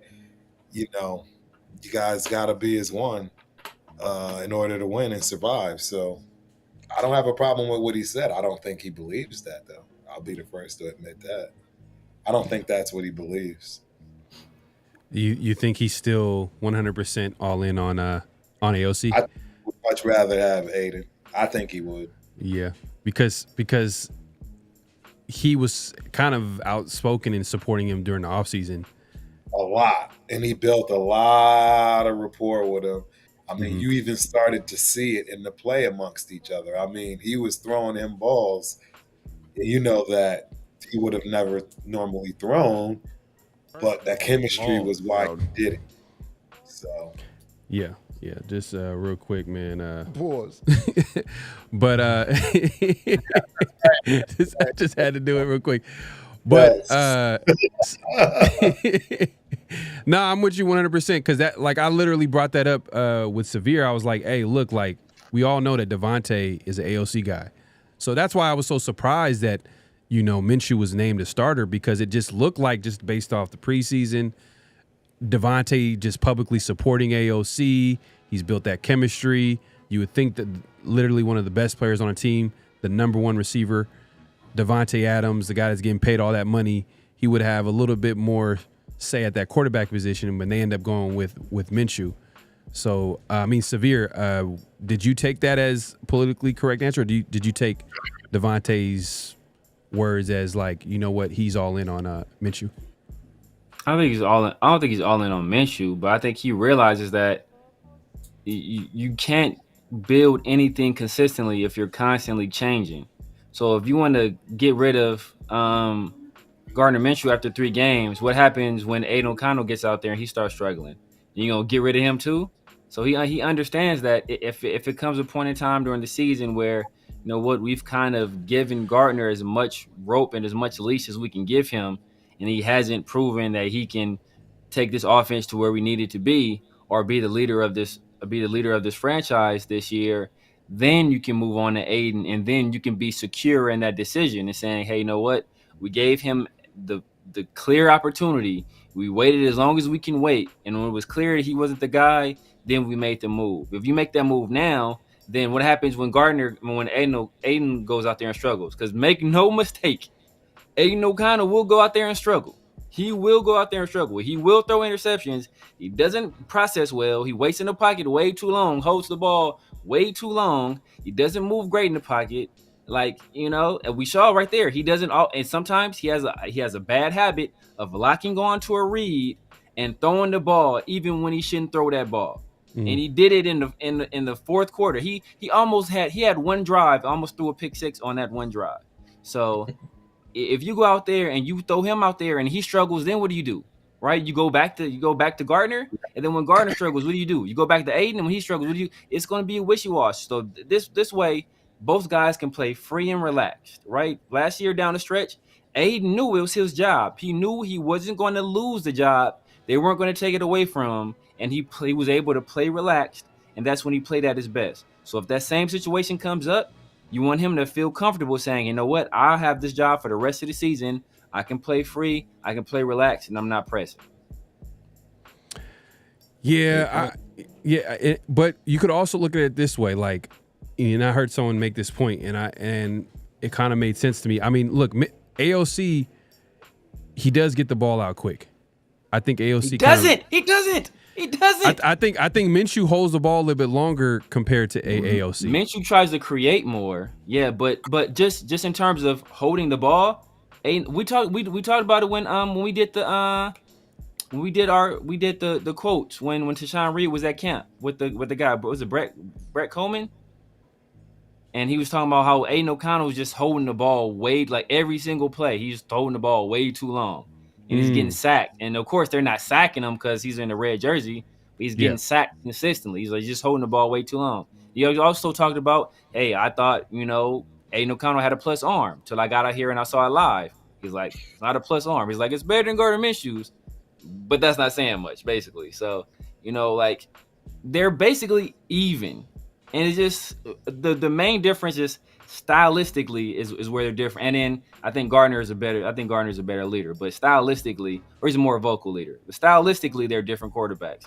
You're not getting much more from either one of those guys. So it's just, at the end of the day, is, you know, like, in a situation where you really can't protect your quarterback, is Aiden the guy you want back there? Like, you ask yourself that question. Yeah. Just another GJ says, ever since AOC threw that pick 6 against Dallas in the preseason, he lost all the aura in being a QB1. Yeah, I mean, man, imagine if he didn't throw that pick 6. Would they have made that decision to to start, because I mean, I'm just saying it looked like he locked up the starting job, and then when he threw that pick six, it was like, oh man, I don't know. After that, it was like a mixed bag. Like we felt like AOC got the job, but then it was just like, ooh, like you just threw a pick six right before they were going to make a decision on who the starting quarterback was going to be. But you know, it is what it is at this point. I think you got to roll with Minshew. I think you got to give him a little bit more time. We talked about the O-line being bad. It has to improve. Before that, you can't really properly evaluate like the other players on offense. I mean, from running back to quarterback, it is what it is. Hopefully it gets better soon, because O-line, like you said, chemistry can get better. We're getting JPJ back. He didn't start the game. He played like 21 snaps. And from those 21 snaps, it looks like a lot of people got a lot of positive feedback from him, like being out there and playing well. So if he could go out there and start, add some talent to that offensive line, especially at interior, I think. And did he take over for Parham? Did he go in at right guard and take over Parham? That's kind of interesting. I mean, yeah, interesting. I mean, does he take his spot because I know he's played right guard in college. My problem is why not Cody Whitehair? I don't understand why you take Parham out and not Cody Whitehair. It just doesn't make sense. Yeah. And none of this makes sense, man. That's Rich Gangarello though, and that's Rich. Not Rich Gangarello. That's Craig. That's Craig. Craig, O-line coach from San Fran that we got. So and Craig. Yep. Montana guy, man. I actually did a lot of background on all of our coaches, man. We got 3 of them that come from a coaching tree and or roots from that Montana era, which is what I was excited about, particularly on the offensive line, because I've said it a million times, man. Them folks in Montana don't play when it comes to football. They tough. They real. For real, man. And to strengthen our offensive line is so disheartening, man. It's got to be killing him. It's got to be killing Craig. I'm telling you, man, there's no way this is the type of ball he wants as an offensive line. Not coming from a Sonny Lubick team, playing at Colorado State himself, and then just having that toughness. I just know it. I don't know. There's a lot I'm questioning right now in this front office, man. I really don't know who's calling the shots. That's one of my problems right now. I don't know if AP is really the one, right? Did he hire Getsy, or was he coerced or, forced to hire Getsy, right? Yeah. Did he not call that 4th down and 1 at the Chargers, or did he? Like, I want to hear him say, guys, yes, it's me messing up calling these calls, so that we do have somewhere to hang our hat on. But that's not the way the NFL works. That's not the way teams work. We all know that. He's going to take the blame no matter the case, and all that dirty laundry is going to stay in house. Yeah. And the way, it might be a case of too many cooks in the kitchen. Yes. Because how many former head coaches are on the staff? We looked at it as a plus. And then we looked at AP like having no ego and being able to take, a lot of feedback from people who've had more experience. But then when you got everybody trying to tell you, you should go this way, you should go that way, I mean, look, you got the former head coach of the Miami Dolphins. I think he's Joe Philbin. He's an assistant offensive line coach, I believe, on the staff. We all know who am I not mentioning? Rob Ryan is on the staff. I'm not sure. And then we got a former defensive coordinator for the Baltimore Ravens, head coach for the Bengals for all those years, Marvin Lewis. And I know he has a big role, so big influence on him. So do they? Hey, don't talk about Tom Coughlin. He's the top dog. Tom Coughlin, but he's not on. Right man, his advisor. Yeah. But he's not with the team. Yeah, he's not with. But that's his advisor. That is listens to. Yeah. These other guys are literally a part of the team, so they got a job. But his mentor, who he's gonna take heed is Coughlin. So are you taking heed from Coughlin? Where are these decisions coming from? That's what I want to know. Where are the decisions coming from? Yeah, I think AP said he speaks to Coughlin like every morning or something like that. Something crazy like that. Like, I don't talk to my mama that much, bro. Like, you talking to Coughlin every single morning, bro. That's wild. So Yeah. It's one of those situations where it's like, yeah, as you said, and especially if they're giving contradictory advice, hey man, some people like, hey man, hey, you need to make a change.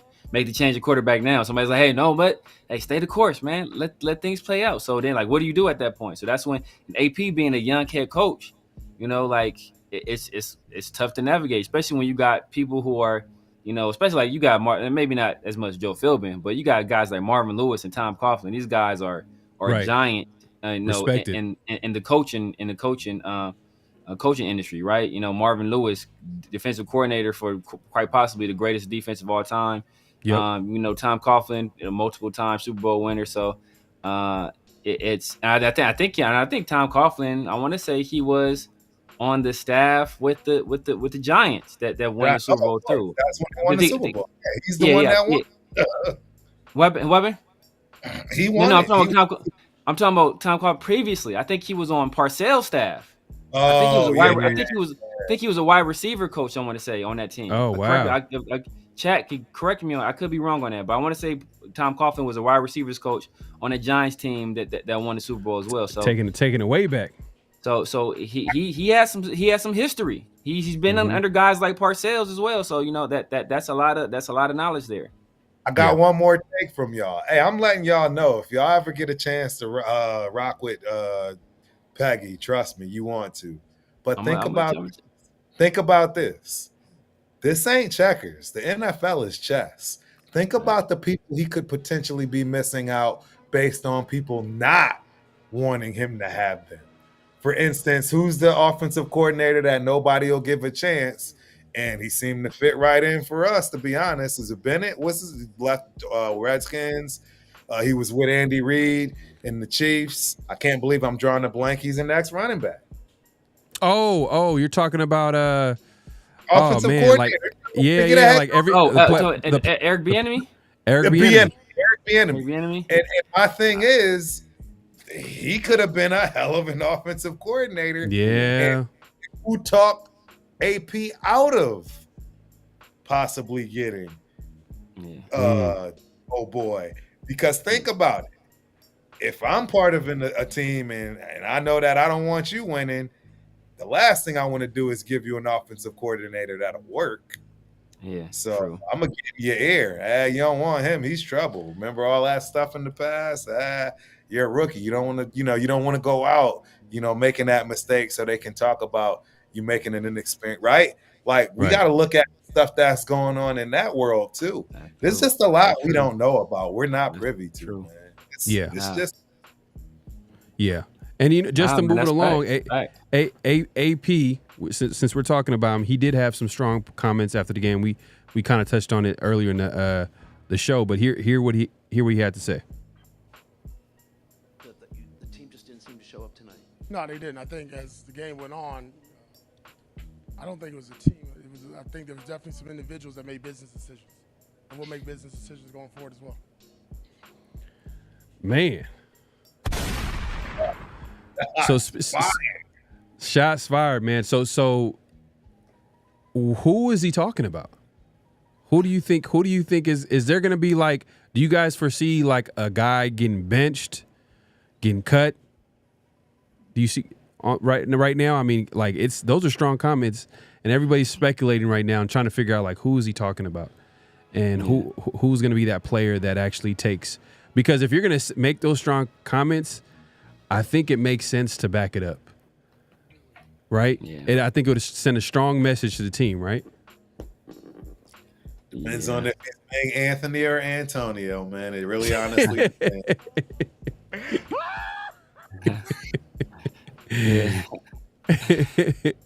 Man, I mean, I think the play everybody's seeing out there is the play where Jack Jones kind of, as they say, Jack Jones made a business decision on whether or not he was going to stick his nose in there and make a hit. So I think that's the obvious one, and we all know that we talked about earlier in the show. He has a very close relationship with Jack Jones, so there's a certain level of understanding, a certain rapport between the two, where he can criticize him publicly and not lose him because of that history there. So I think that could be a shot across the bow towards Jack Jones, but I just think he was talking about, like the defense in whole, man. Like Robert Spillane was out there making some business decisions. Tommy Eichenberg wasn't making no decision at all because he was trash. Um, uh, Merrick didn't look good at all. Epps didn't look good. Masterson looked awful. Like the defense as a whole looked bad. Nate was getting cooked. Jack Jones was getting cooked. JB got cooked on some plays. Like as a whole, our defense did not come to play. They did not come to play. And I didn't know if they expected Carolina to just come in there and lay down, or what the case was. But it's like speaking of Mike Tyson said it best, right? Everybody has a plan. They get punched in the mouth. And we got punched right in the mouth on that first drive, and we never recovered. We were woozy. We're on Bambi legs all game long. Never recovered. Yeah. And do we see DJ Glaze? I mean, he had an opportunity to play last game. Do we see him play more? Does he get inserted into the starting lineup? Do they change? Do players get benched, inserted into the starting lineup? There's going to be some changes, so that's what everybody's going to be paying attention to this week, all leading up to the game. Is like, what are those changes going to be? What are the moves that are going to happen? I mean, it could be anything at this point. JPJ and Glaze. Well, JPJ, we kind of know that that's kind of obvious. Like he's going to get in there because he's that second round pick. Everybody's been talking about him. I think they're high on him, so that makes sense. But like when it just feels like someone is going to get benched or someone's going to get cut. I don't know. I don't think if someone gets cut, Thayer Munford. Nah, I mean Thayer Munford. They ain't cutting him to the bench. Send this slow-footed ass to the bench, bro. I'm tired of watching this dude slog all over the field, get beat by Calvin Noy, beat him like a drum. Like, he's getting, bro. Sit this dude down somewhere, man. Sit his ass down somewhere. Let him roll up some weed on the sideline and get. I got some more conspiracy theory for you.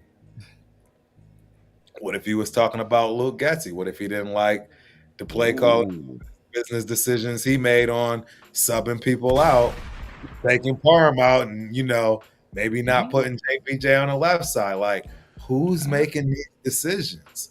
Because you have to answer to them, because they all fall on his head, and maybe that's a decision he didn't care for. I don't know. I'm just putting it out there because I don't think it was just directed at only players. I think it was directed at everybody across the board. And it came out, unfortunately, that way. And then he had to come back and be Anthony and kind of walk it back. And talk that Sal talk. Well, because a lot of people have been saying that, right? Like we need to fire Getsy, get rid of him, and let's say if it is Getsy, who on staff can we? Because if you fire your offensive coordinator, you're basically the season's over. It's over. Yes. I'm just being real. Like everybody's talking about fire Luke Getsy, we got to get rid of him. But do y'all realize there's nowhere to go up but down? It's not going to get any better. We seen what happened when we fired our offensive coordinator, head coach. Bo Hardgree gets inserted as OC. He did all right, and then he did terrible, and then his experience showed. But we do, right. Do we still have that former offensive coordinator on staff from the Washington, Commanders or Scott Turner? I think he's still. I don't know if he's passing game coordinator, but I think he's still on staff. I mean. But, like I said, there was an opportunity for him last year, and they didn't want him last year. So why? Like AP had a choice last year. I can go with an experienced play caller. I'm never before been a head coach, or I can go with this quarterback coach. Like he chose the guy in charge of the position that had played the worst the entire offseason, the entire season. Like our quarterbacks were trash outside of Aiden last year. Aiden was solid. But outside of Aiden, Jimmy G, trash. Brian Hort, trash. We picked this guy who's in charge of these guys to pick. So, like, I don't see him, like, if he chose that guy over Scott Turner then, I don't expect him to choose Scott Turner now. And then Edgar Bennett, even when he was offensive coordinator, he wasn't a play caller either. So, there's not really a lot of guys on staff that are really qualified. And this is one of the things we talked about when we hired Antonio Pierce is that, like, teams in the league, they generally hire offensive coordinator or young offensive minds as head coaches, because if you run into some situations offensively, you know what, bang, I can take over play calling duties. Or if I'm already in charge of play calling duties, bam, I can take this off my plate. I can give it to my offensive coordinator. But now, you take play calling duties away from your offensive coordinator, who does it go to? Mm-hmm. Who does it go to? It's a great point. Yeah, man, great point. But it's gonna be a long season. Let me go ahead and hit up the chat real quick. Rambo Adventure says AP says he talks to Coughlin occasionally when he has some questions. Never said every day. Yeah, all right, I guess. He said I can find a quote. He said every day. Super Omicron said maybe the coop is Coughlin dipping in a GM if Telesco's out the door. Oh, that's disgusting if that happens. I don't think I want Coughlin at this point, you know what I mean? He's bed and breakfast. Like, I don't know. Like, I just feel like he just should retire, stay away from that spot. I mean, I think for me, and I don't know how y'all feel about this, why do we gotta hire like the rejects, the leftovers? I mean, Telesco was fired. No team hires like former GMs. Like, if you look at all the great teams in the NFL, they're all built on teams that have a great front office, head coach, and quarterback situation. Why don't we try to make ours? Why are we trying to get former GMs? And I mean, AP, okay, I like that hire. Okay, AP, that was a little, that you taking a risk there. But why don't you pair him with a young GM? You know, and I understand experience. Experience. Lack of experience, yeah. Yeah, but it's not even that. It goes deeper. All right, so like think about all the decisions that Mark Davis has made this offseason. Right, they were in direct oppositions of decisions he's made in the past that failed. Right. Mm-hmm. For example, we had an interim coach take over that galvanized the team. The players loved him. They wanted him to be the head coach, and that was Rich Bisaccia. And what did? We hired somebody else instead of him. So this time, in a similar situation, what does he do? He hires the interim coach. Previously, he had a rookie head coach or a rookie GM rather, a new GM, and he let that GM hire a rookie head coach. What happened? It didn't work. So this time, he has a rookie head coach. What does he do? He brings in a GM with experience. So he's attempting to learn lessons from the past, but it still just isn't really working out for him. That's a great point. Yeah, I mean, it is what it is, man. I just it's tough that we have to see this happening to our team. Like, I mean, I understand Mark Davis is trying, but like, hey, at what point are we going to hold him accountable? Like, that's a whole different conversation. But it is what it is. Let's go. Actually, let's get back to the chat real quick. The chat's going crazy. I appreciate everybody coming through. Make sure to clock in, hit that like button, hit that subscribe button, hit that notification bell. We got Ultimate Raider Fan 32 joining us today. Appreciate him coming through. Make sure to head over to his channel and subscribe. Hit the like button, all that good stuff. Man, let's get into the chat real quick. Just another DJ says Telesco should never be involved in hiring any coaches on our coaching staff. His Chargers track record is cheeks. Yeah, we were talking about that earlier. If he was part of the coaching staff hire at the Chargers, he should never be allowed to do that again. Yeah. But let's actually move it on to what's real, what's not. What's real, what's not. Let's see here. And Severe, if you want to go ahead and give the people what's the first. So this is where we say a statement. We say a statement and we react to it by saying it's real or not. And obviously we're going to react to it and say it's real or not. Everybody in the chat, let us know if it's real or not. So the first statement, I don't know if Severe, you got it in front of you. I can go ahead and read it. Yeah, I got it in front of me. So the first, what's real, what's not. The offensive line is the biggest issue on this team. Is that real or is that not real? It's real. I'm gonna say it's real. It's real. I mean, we literally talked about it like earlier in the show. I think Turf might disagree. I think you said the biggest issue is probably coaching. Lou Gessie. Well, offensively, the biggest offensive issue is the coach. But if overall biggest issue is offensive line? Yeah. I mean, if we're going to get better and win games, I think I don't care what coach you get, you still need the players. Right. You know what I mean? And right now we got definitely two of the worst players on offense, maybe even three when it comes to Cody Whitehair, Andre James, and Colton Miller. Yeah. Yeah. Zamir, do you feel it like it's real or not? Yeah, man, I feel it's real. I think you can look at certain plays. You can say, you know what, is Zamir, did he have a cutback lane here? Yes. Did he miss a hole there? Yes, on occasions. But generally, there's no holes there. You know, you can look at certain situations. Hey, did Gardner Minshew, did he miss a read here? Yes. Did he go through his progressions too quickly?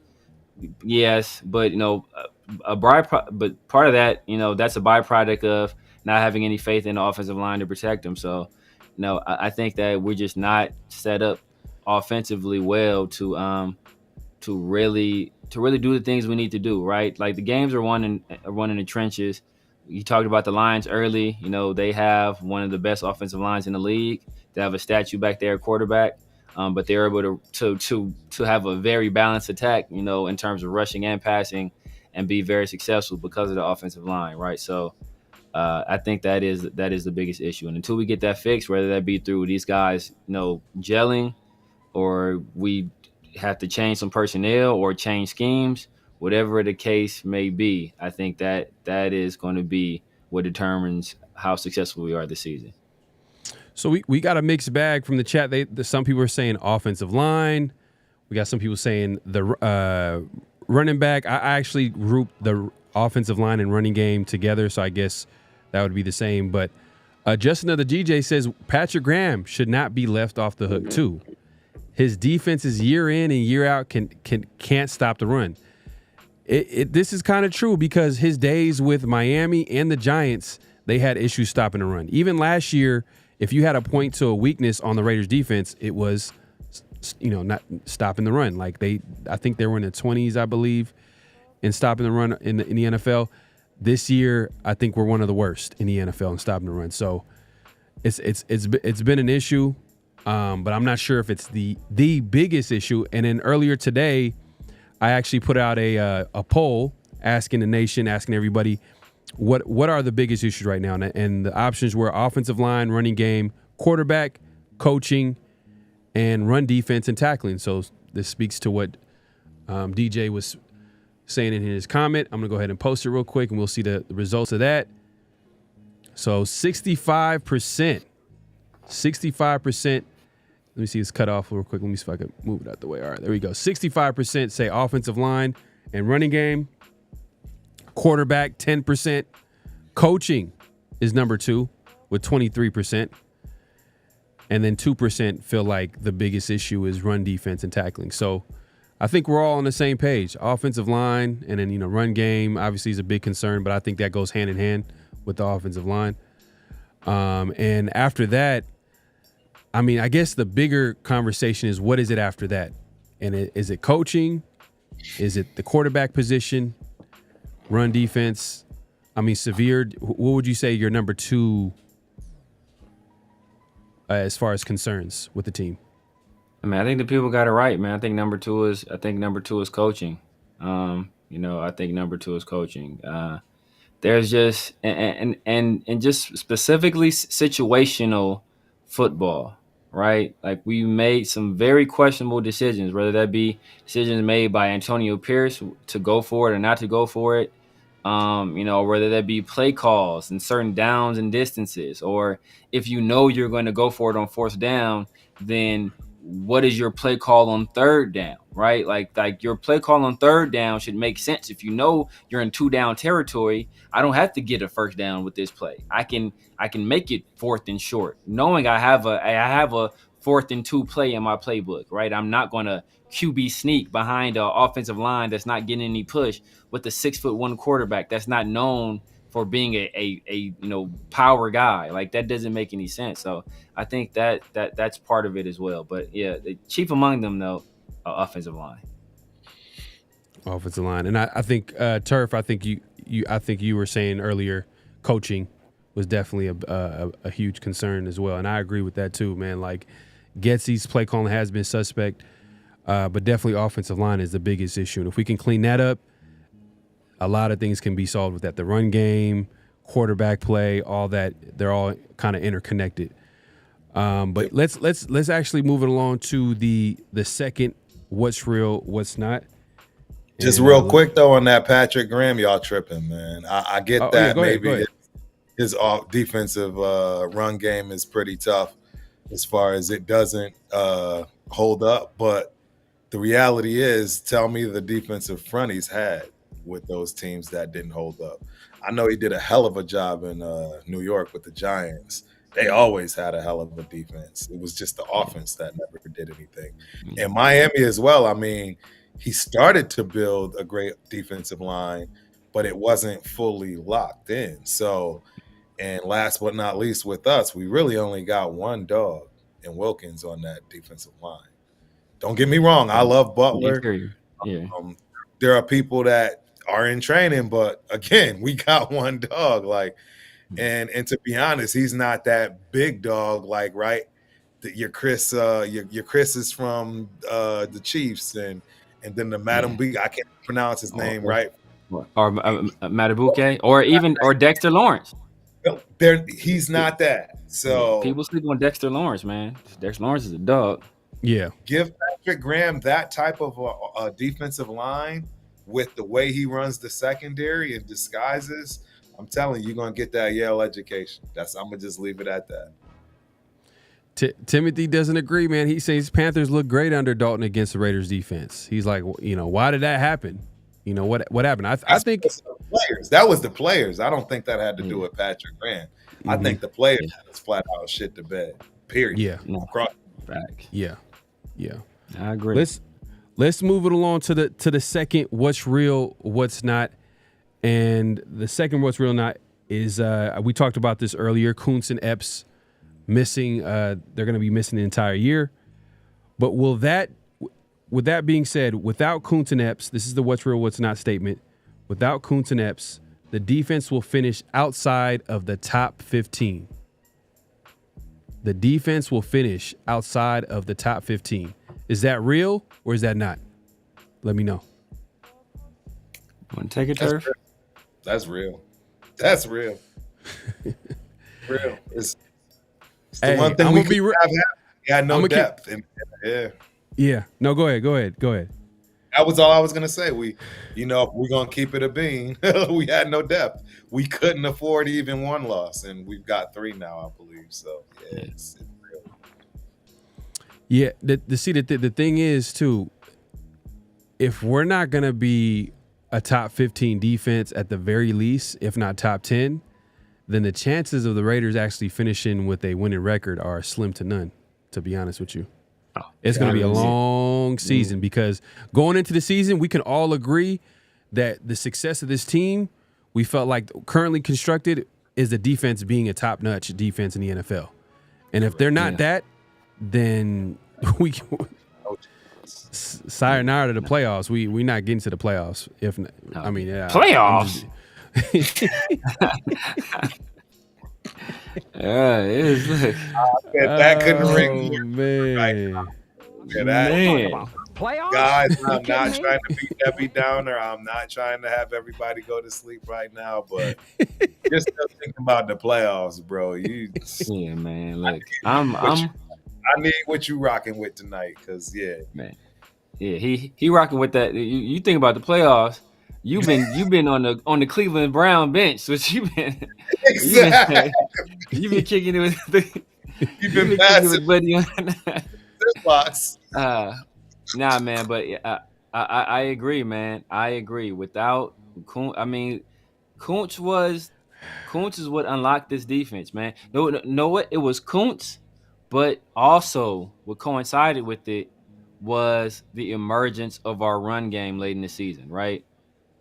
Josh Jacobs had, I think it was a good game. I don't know if it was against New York or against the Jets, but he had a pretty good game. Then we know Zamir, like he kind of took off the end of the year, right? I want to say over those last like 5 games, whatever, he led the league in rushing and led the league in yards per carry. So we were able to play kind of a ball control style of football, and then we had 2 of the best edge rushers in the league down the stretch in Max and then Kuntz, and then the emergence of Jack Jones, and then ironically the international man of mystery Brandon Faison finally stepped onto the field, and he was solid, right? So but without Kuntz especially, right? Epps, I think, is a big piece, and Coach Ryan spoke glowingly about him and about how valuable he thought he was to the Eagles defense, and where the Eagles defense have kind of gone since he's left. But Kuntz was a huge difference maker, and we don't have anybody outside of Max that can do what he was doing. The Ravens just picked up Ngakwe, former Raider pass rusher. He was out there. You know what I mean? I understand that he's not the best against the run, but he could have definitely helped out in the pass rush department. He's had at least 8 sacks every year of his career except last year. There goes production for you. And last year he was hurt. He played about less than 10 games. So that should tell you something. And I was holding out hope maybe the Raiders can make that move. And this speaks to what the Charger fan was saying, that Telesco, he's not super aggressive. You know what I mean? You don't like Lamont Chasen? Oh man! What's old buddy we picked up from the Colts that we got rid of Byron Young for? What's his name? The Oos we picked up. That they wanted to draft for that name. That's right. What happened to him? Yeah, exactly. What happened to him? He's on a milk carton. He's on a milk carton for real. Man. So I remember that. Now that you say that, yeah, they were high on him too, right? Remember they were like, we had wanted him in the past or something like that. Yeah, and I called BS at the time because he was drafted in the 7th round. We picked 2 people in the 7th round before he even went, so he couldn't have wanted him that much. Exactly. Brandon says, "What's going on with Jackson Powers Johnson? Is he still injured? He's not hurt. They're just taking their time, bringing him in slowly. I think maybe this game, hopefully, he'll get the starting nod. I mean, he played about 21 snaps. I don't know where they're at with that. But I was holding out hope that we can get Yannick Ngakoue. But, it is what it is. He got picked up by the Ravens. We'll see what he does for them. But at this point, it's going to be hard to get another pass rusher to because losing Kuntz, like you said, is huge. And we don't really have anybody. I guess you can say Snowden, but he's so inexperienced. He needs some time. He needs to get in the weight room. He needs to get stronger. I mean, but that's the only guy that you could say probably is a speed pass rusher that we have on the roster. But it's going to be tough. But hey, man, AP, look, Patrick Graham. Hey, look, this is where you earn that money right there. This is where you come in and you coach. If he want, it's hard to get a coaching job in the NFL, but I think if he can coach this defense to be top 15, I'm not even saying top 10. If he finishes, Patrick Graham deserves to be a head coach. If he can, either way. I think he was already en route to being a head coach. He's just smart about it and not going to put himself in harm's way to where now he's guaranteed a failure as a head coach, right? Because he hasn't won anything as an offensive coordinator yet. Yeah. Let alone if he were, you know what I mean? So I think he's very understanding of where he is in his career. Same thing with Ben Johnson over at Detroit. They know they got something good going. They know they're running things. And for you guys that's thinking this game has something to do with his call and play call, you need to go watch the tape.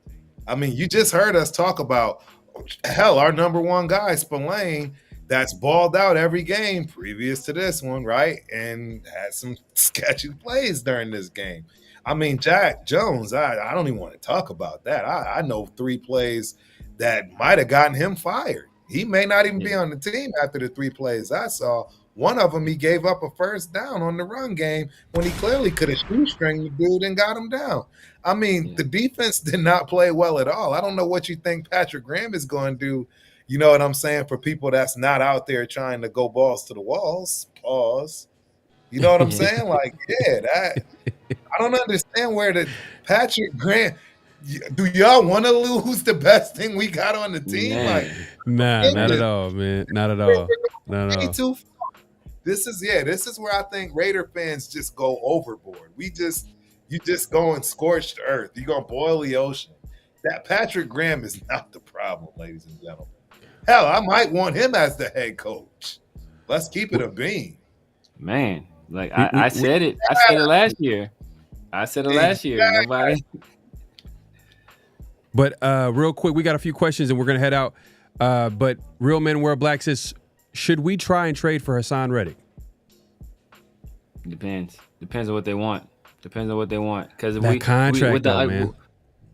But it's the understanding. It's a 1 year. We got cap space, and it's going to be a 1 year rental. That's what I'm saying. I'm not trading anything valuable for him because we're not going to sign him long term.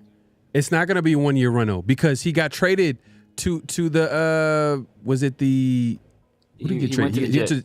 He went to the Jets, and he was supposed to be on a 1 year rental before he got his contract, but he changed his mind and decided to hold out. He still hasn't shown up to the Jets to the Jets. I mean, he hasn't shown up. So yeah, he's not. He hasn't played.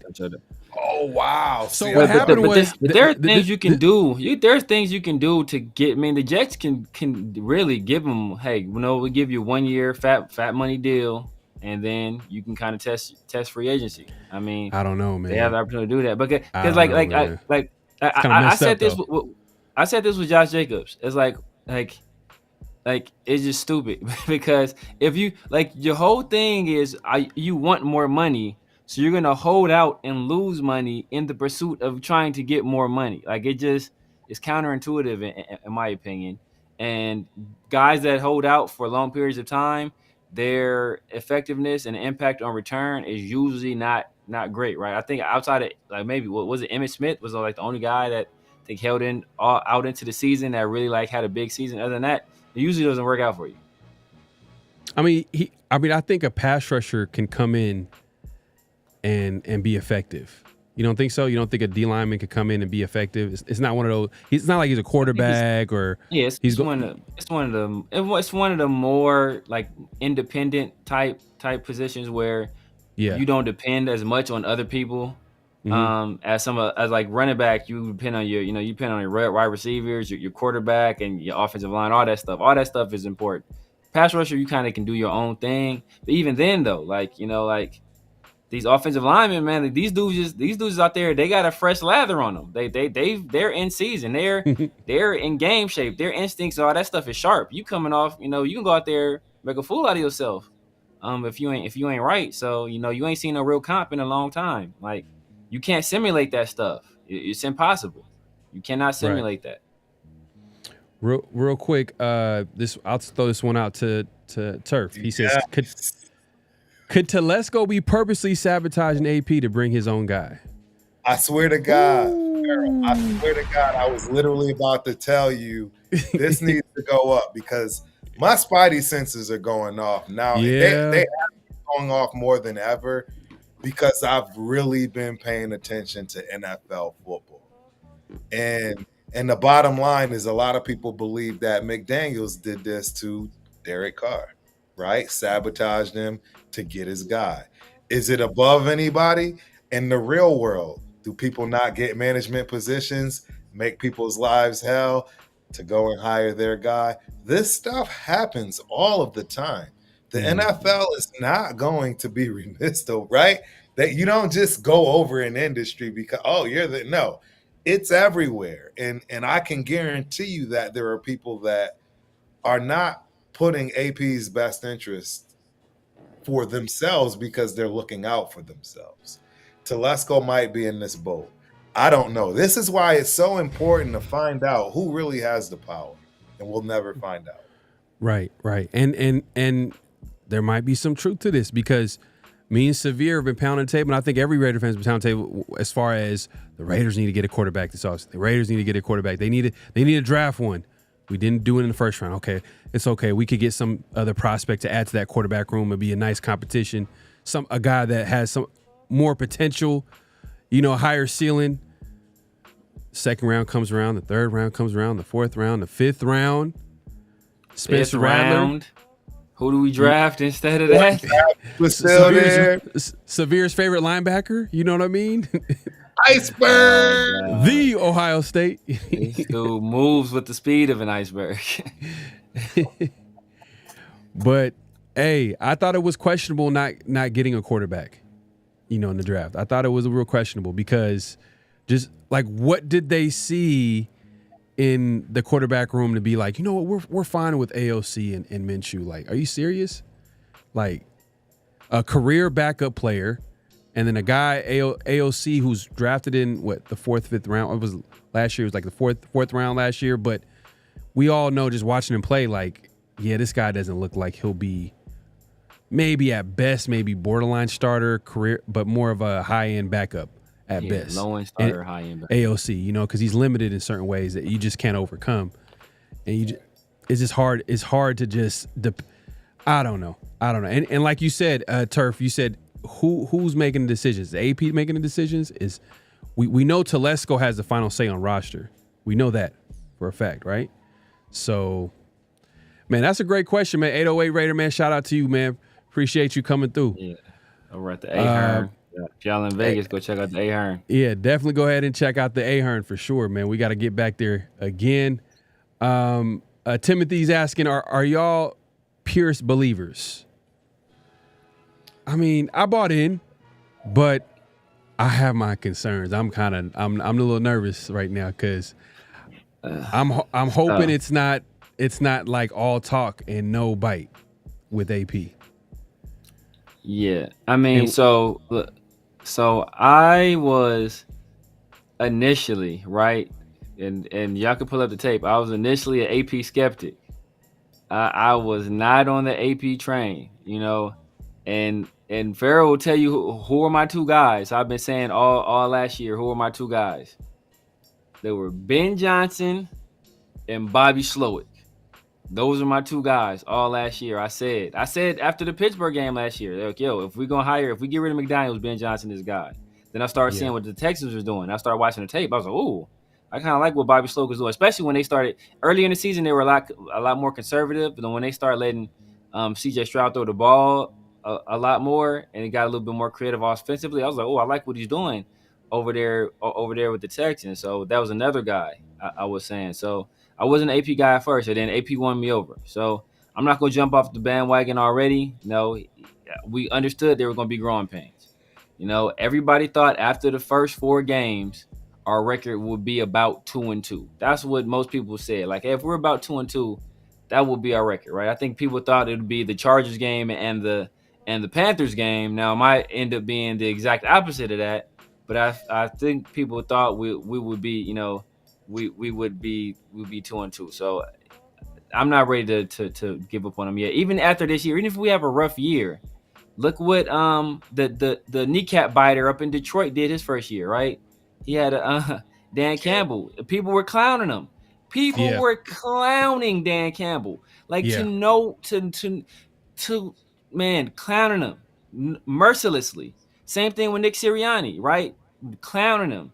And then Nick Sirianni is, I think, his 3rd year he went to the Super Bowl. We saw what Dan Campbell was, a few Brock Purdy scrambles away from going to a Super Bowl himself. So we got to let these things. We cannot keep hitting the reset button, man. We cannot keep hitting the reset button. That has been our downfall. Look at the Steelers. How long Mike Tomlin has been there. The teams that keep their coaches in place for a while, Kyle Shanahan, he had some struggles, right? What if they just got rid of Kyle Shanahan after his first year? Like, oh, this guy's not going to work. Peace out, right? Like, imagine that happening, right? Because ironically, the guy that probably saved his job possibly was Jimmy G coming in and playing well down the stretch there. So like we got to give these guys time, and we can't keep doing the same thing over and over and expecting a different result. The definition of insanity. Nah, facts, 100%, man. Hey, man, we appreciate Ultimate Raider Fan Turf, man. Appreciate you coming through. Yeah, Make sure to head over to his channel and subscribe to my guy, man. A great guest. Hopefully we can collab with you again, man. Hey, appreciate you even staying on for this long. We know it's like super late on your end. Yeah, man. If you want to let the people know where they can find you and what to look forward to. Yes, absolutely, man. So the Ultimate Raider Fan 32 on YouTube, obviously that's our flagship platform. You know, same thing for Instagram. I believe I'm the Ult Raider 32 as far as X/Twitter is concerned. And yeah, that's pretty much the main ones. What I really want to pub right now more than anything is the new Turf and Rundown show on Friday nights. I am formally not only inviting you guys here, right, Pharaoh and Severe. Oh, yeah, most definitely. And every other content creator. You know, I'm basically putting it out there. It's like Fight Club, ladies and gentlemen. So come prepared. Make sure you got your food in your belly and you're ready to get your debate on and you're ready to get your argument on, right? I think it's going to be a lot of fun for everybody involved once we really get things going. And yeah, I like to create that healthy banter, if you will. Of course, it's going to get wild and out of control, but hey, we'll figure that part out later. So you got that on Fridays, man. My guys, man, the Raider Syndicate. You know what I'm saying? Cheeto Linus, Protect the Shield podcast, Chris, and my guy Raider Rundown. Right? That's my crew, man. That's my clique. That's who I rock with. And support all of us, man, including 50-50. I consider these guys family too, 100%. Appreciate it, man. We all got the same common goal.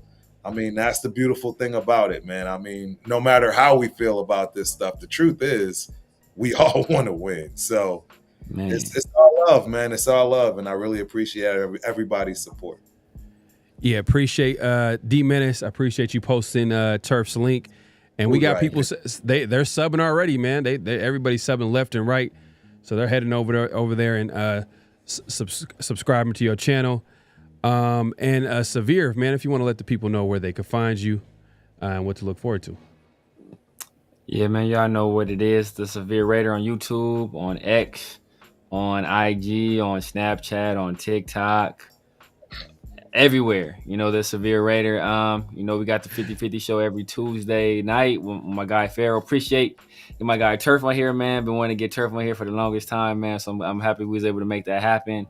And we got Around the Shield every Friday night. My guy Big Mike as well as Pharaoh. Then you know I'm linking up with my boy Chris and 805 as well. You know, usually Sunday nights and then Tuesday like afternoonish as well. So.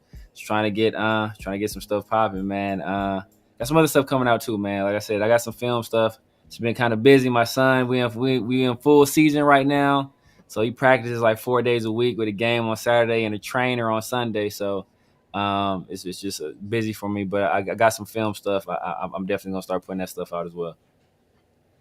Yeah, man. Hey, look, like Severe said, we do this show every week, every Tuesday evenings, nights, the 50-50 show. We'll be back here next Tuesday, but this week we'll have another episode of Around the Shield, which we drop every Friday. Usually we'll drop it on Friday or we'll go live. Just stay tuned for that. You want to make sure you hit the notification bell so you'll be notified. Check the community tab.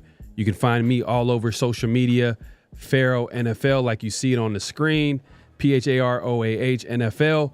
And obviously Around the Shield, man. Hey, man, that is where you find everything, all Raiders every day, updates, clips of the show, memes, all that good stuff on Instagram and obviously Twitter as well. So go, is it called Twitter? I keep calling it Twitter. It's X. I know, right? Twitter. It's Twitter, man. I don't care what Elon Musk say, bro. It's Twitter, bro. It's Twitter, X. Y'all know what it is, man. X, Twitter. Y'all know what it is. But Instagram, Around the Shield, where you'll find clips of the show and all that good stuff. So make sure to head over there and give that channel a follow. But hey, like I said, I appreciate everybody coming through. Make sure to clock in at this point, clock out, hit that like button, hit that subscribe button, hit that notification bell. Turf, once again, man, appreciate you coming through. We're going to do this again real soon. Any last thoughts from anybody before we head out? It's Raider Nation, baby. One love, man. Let's not give up. I mean, just because we don't make the playoffs doesn't mean we're not making progress. We got to start looking at things differently. Yes, sir. All right, man. We out, man. We'll see y'all soon. Peace. Justin Fields still Just win, baby. Hello? You play to win the game. You don't play to just play it.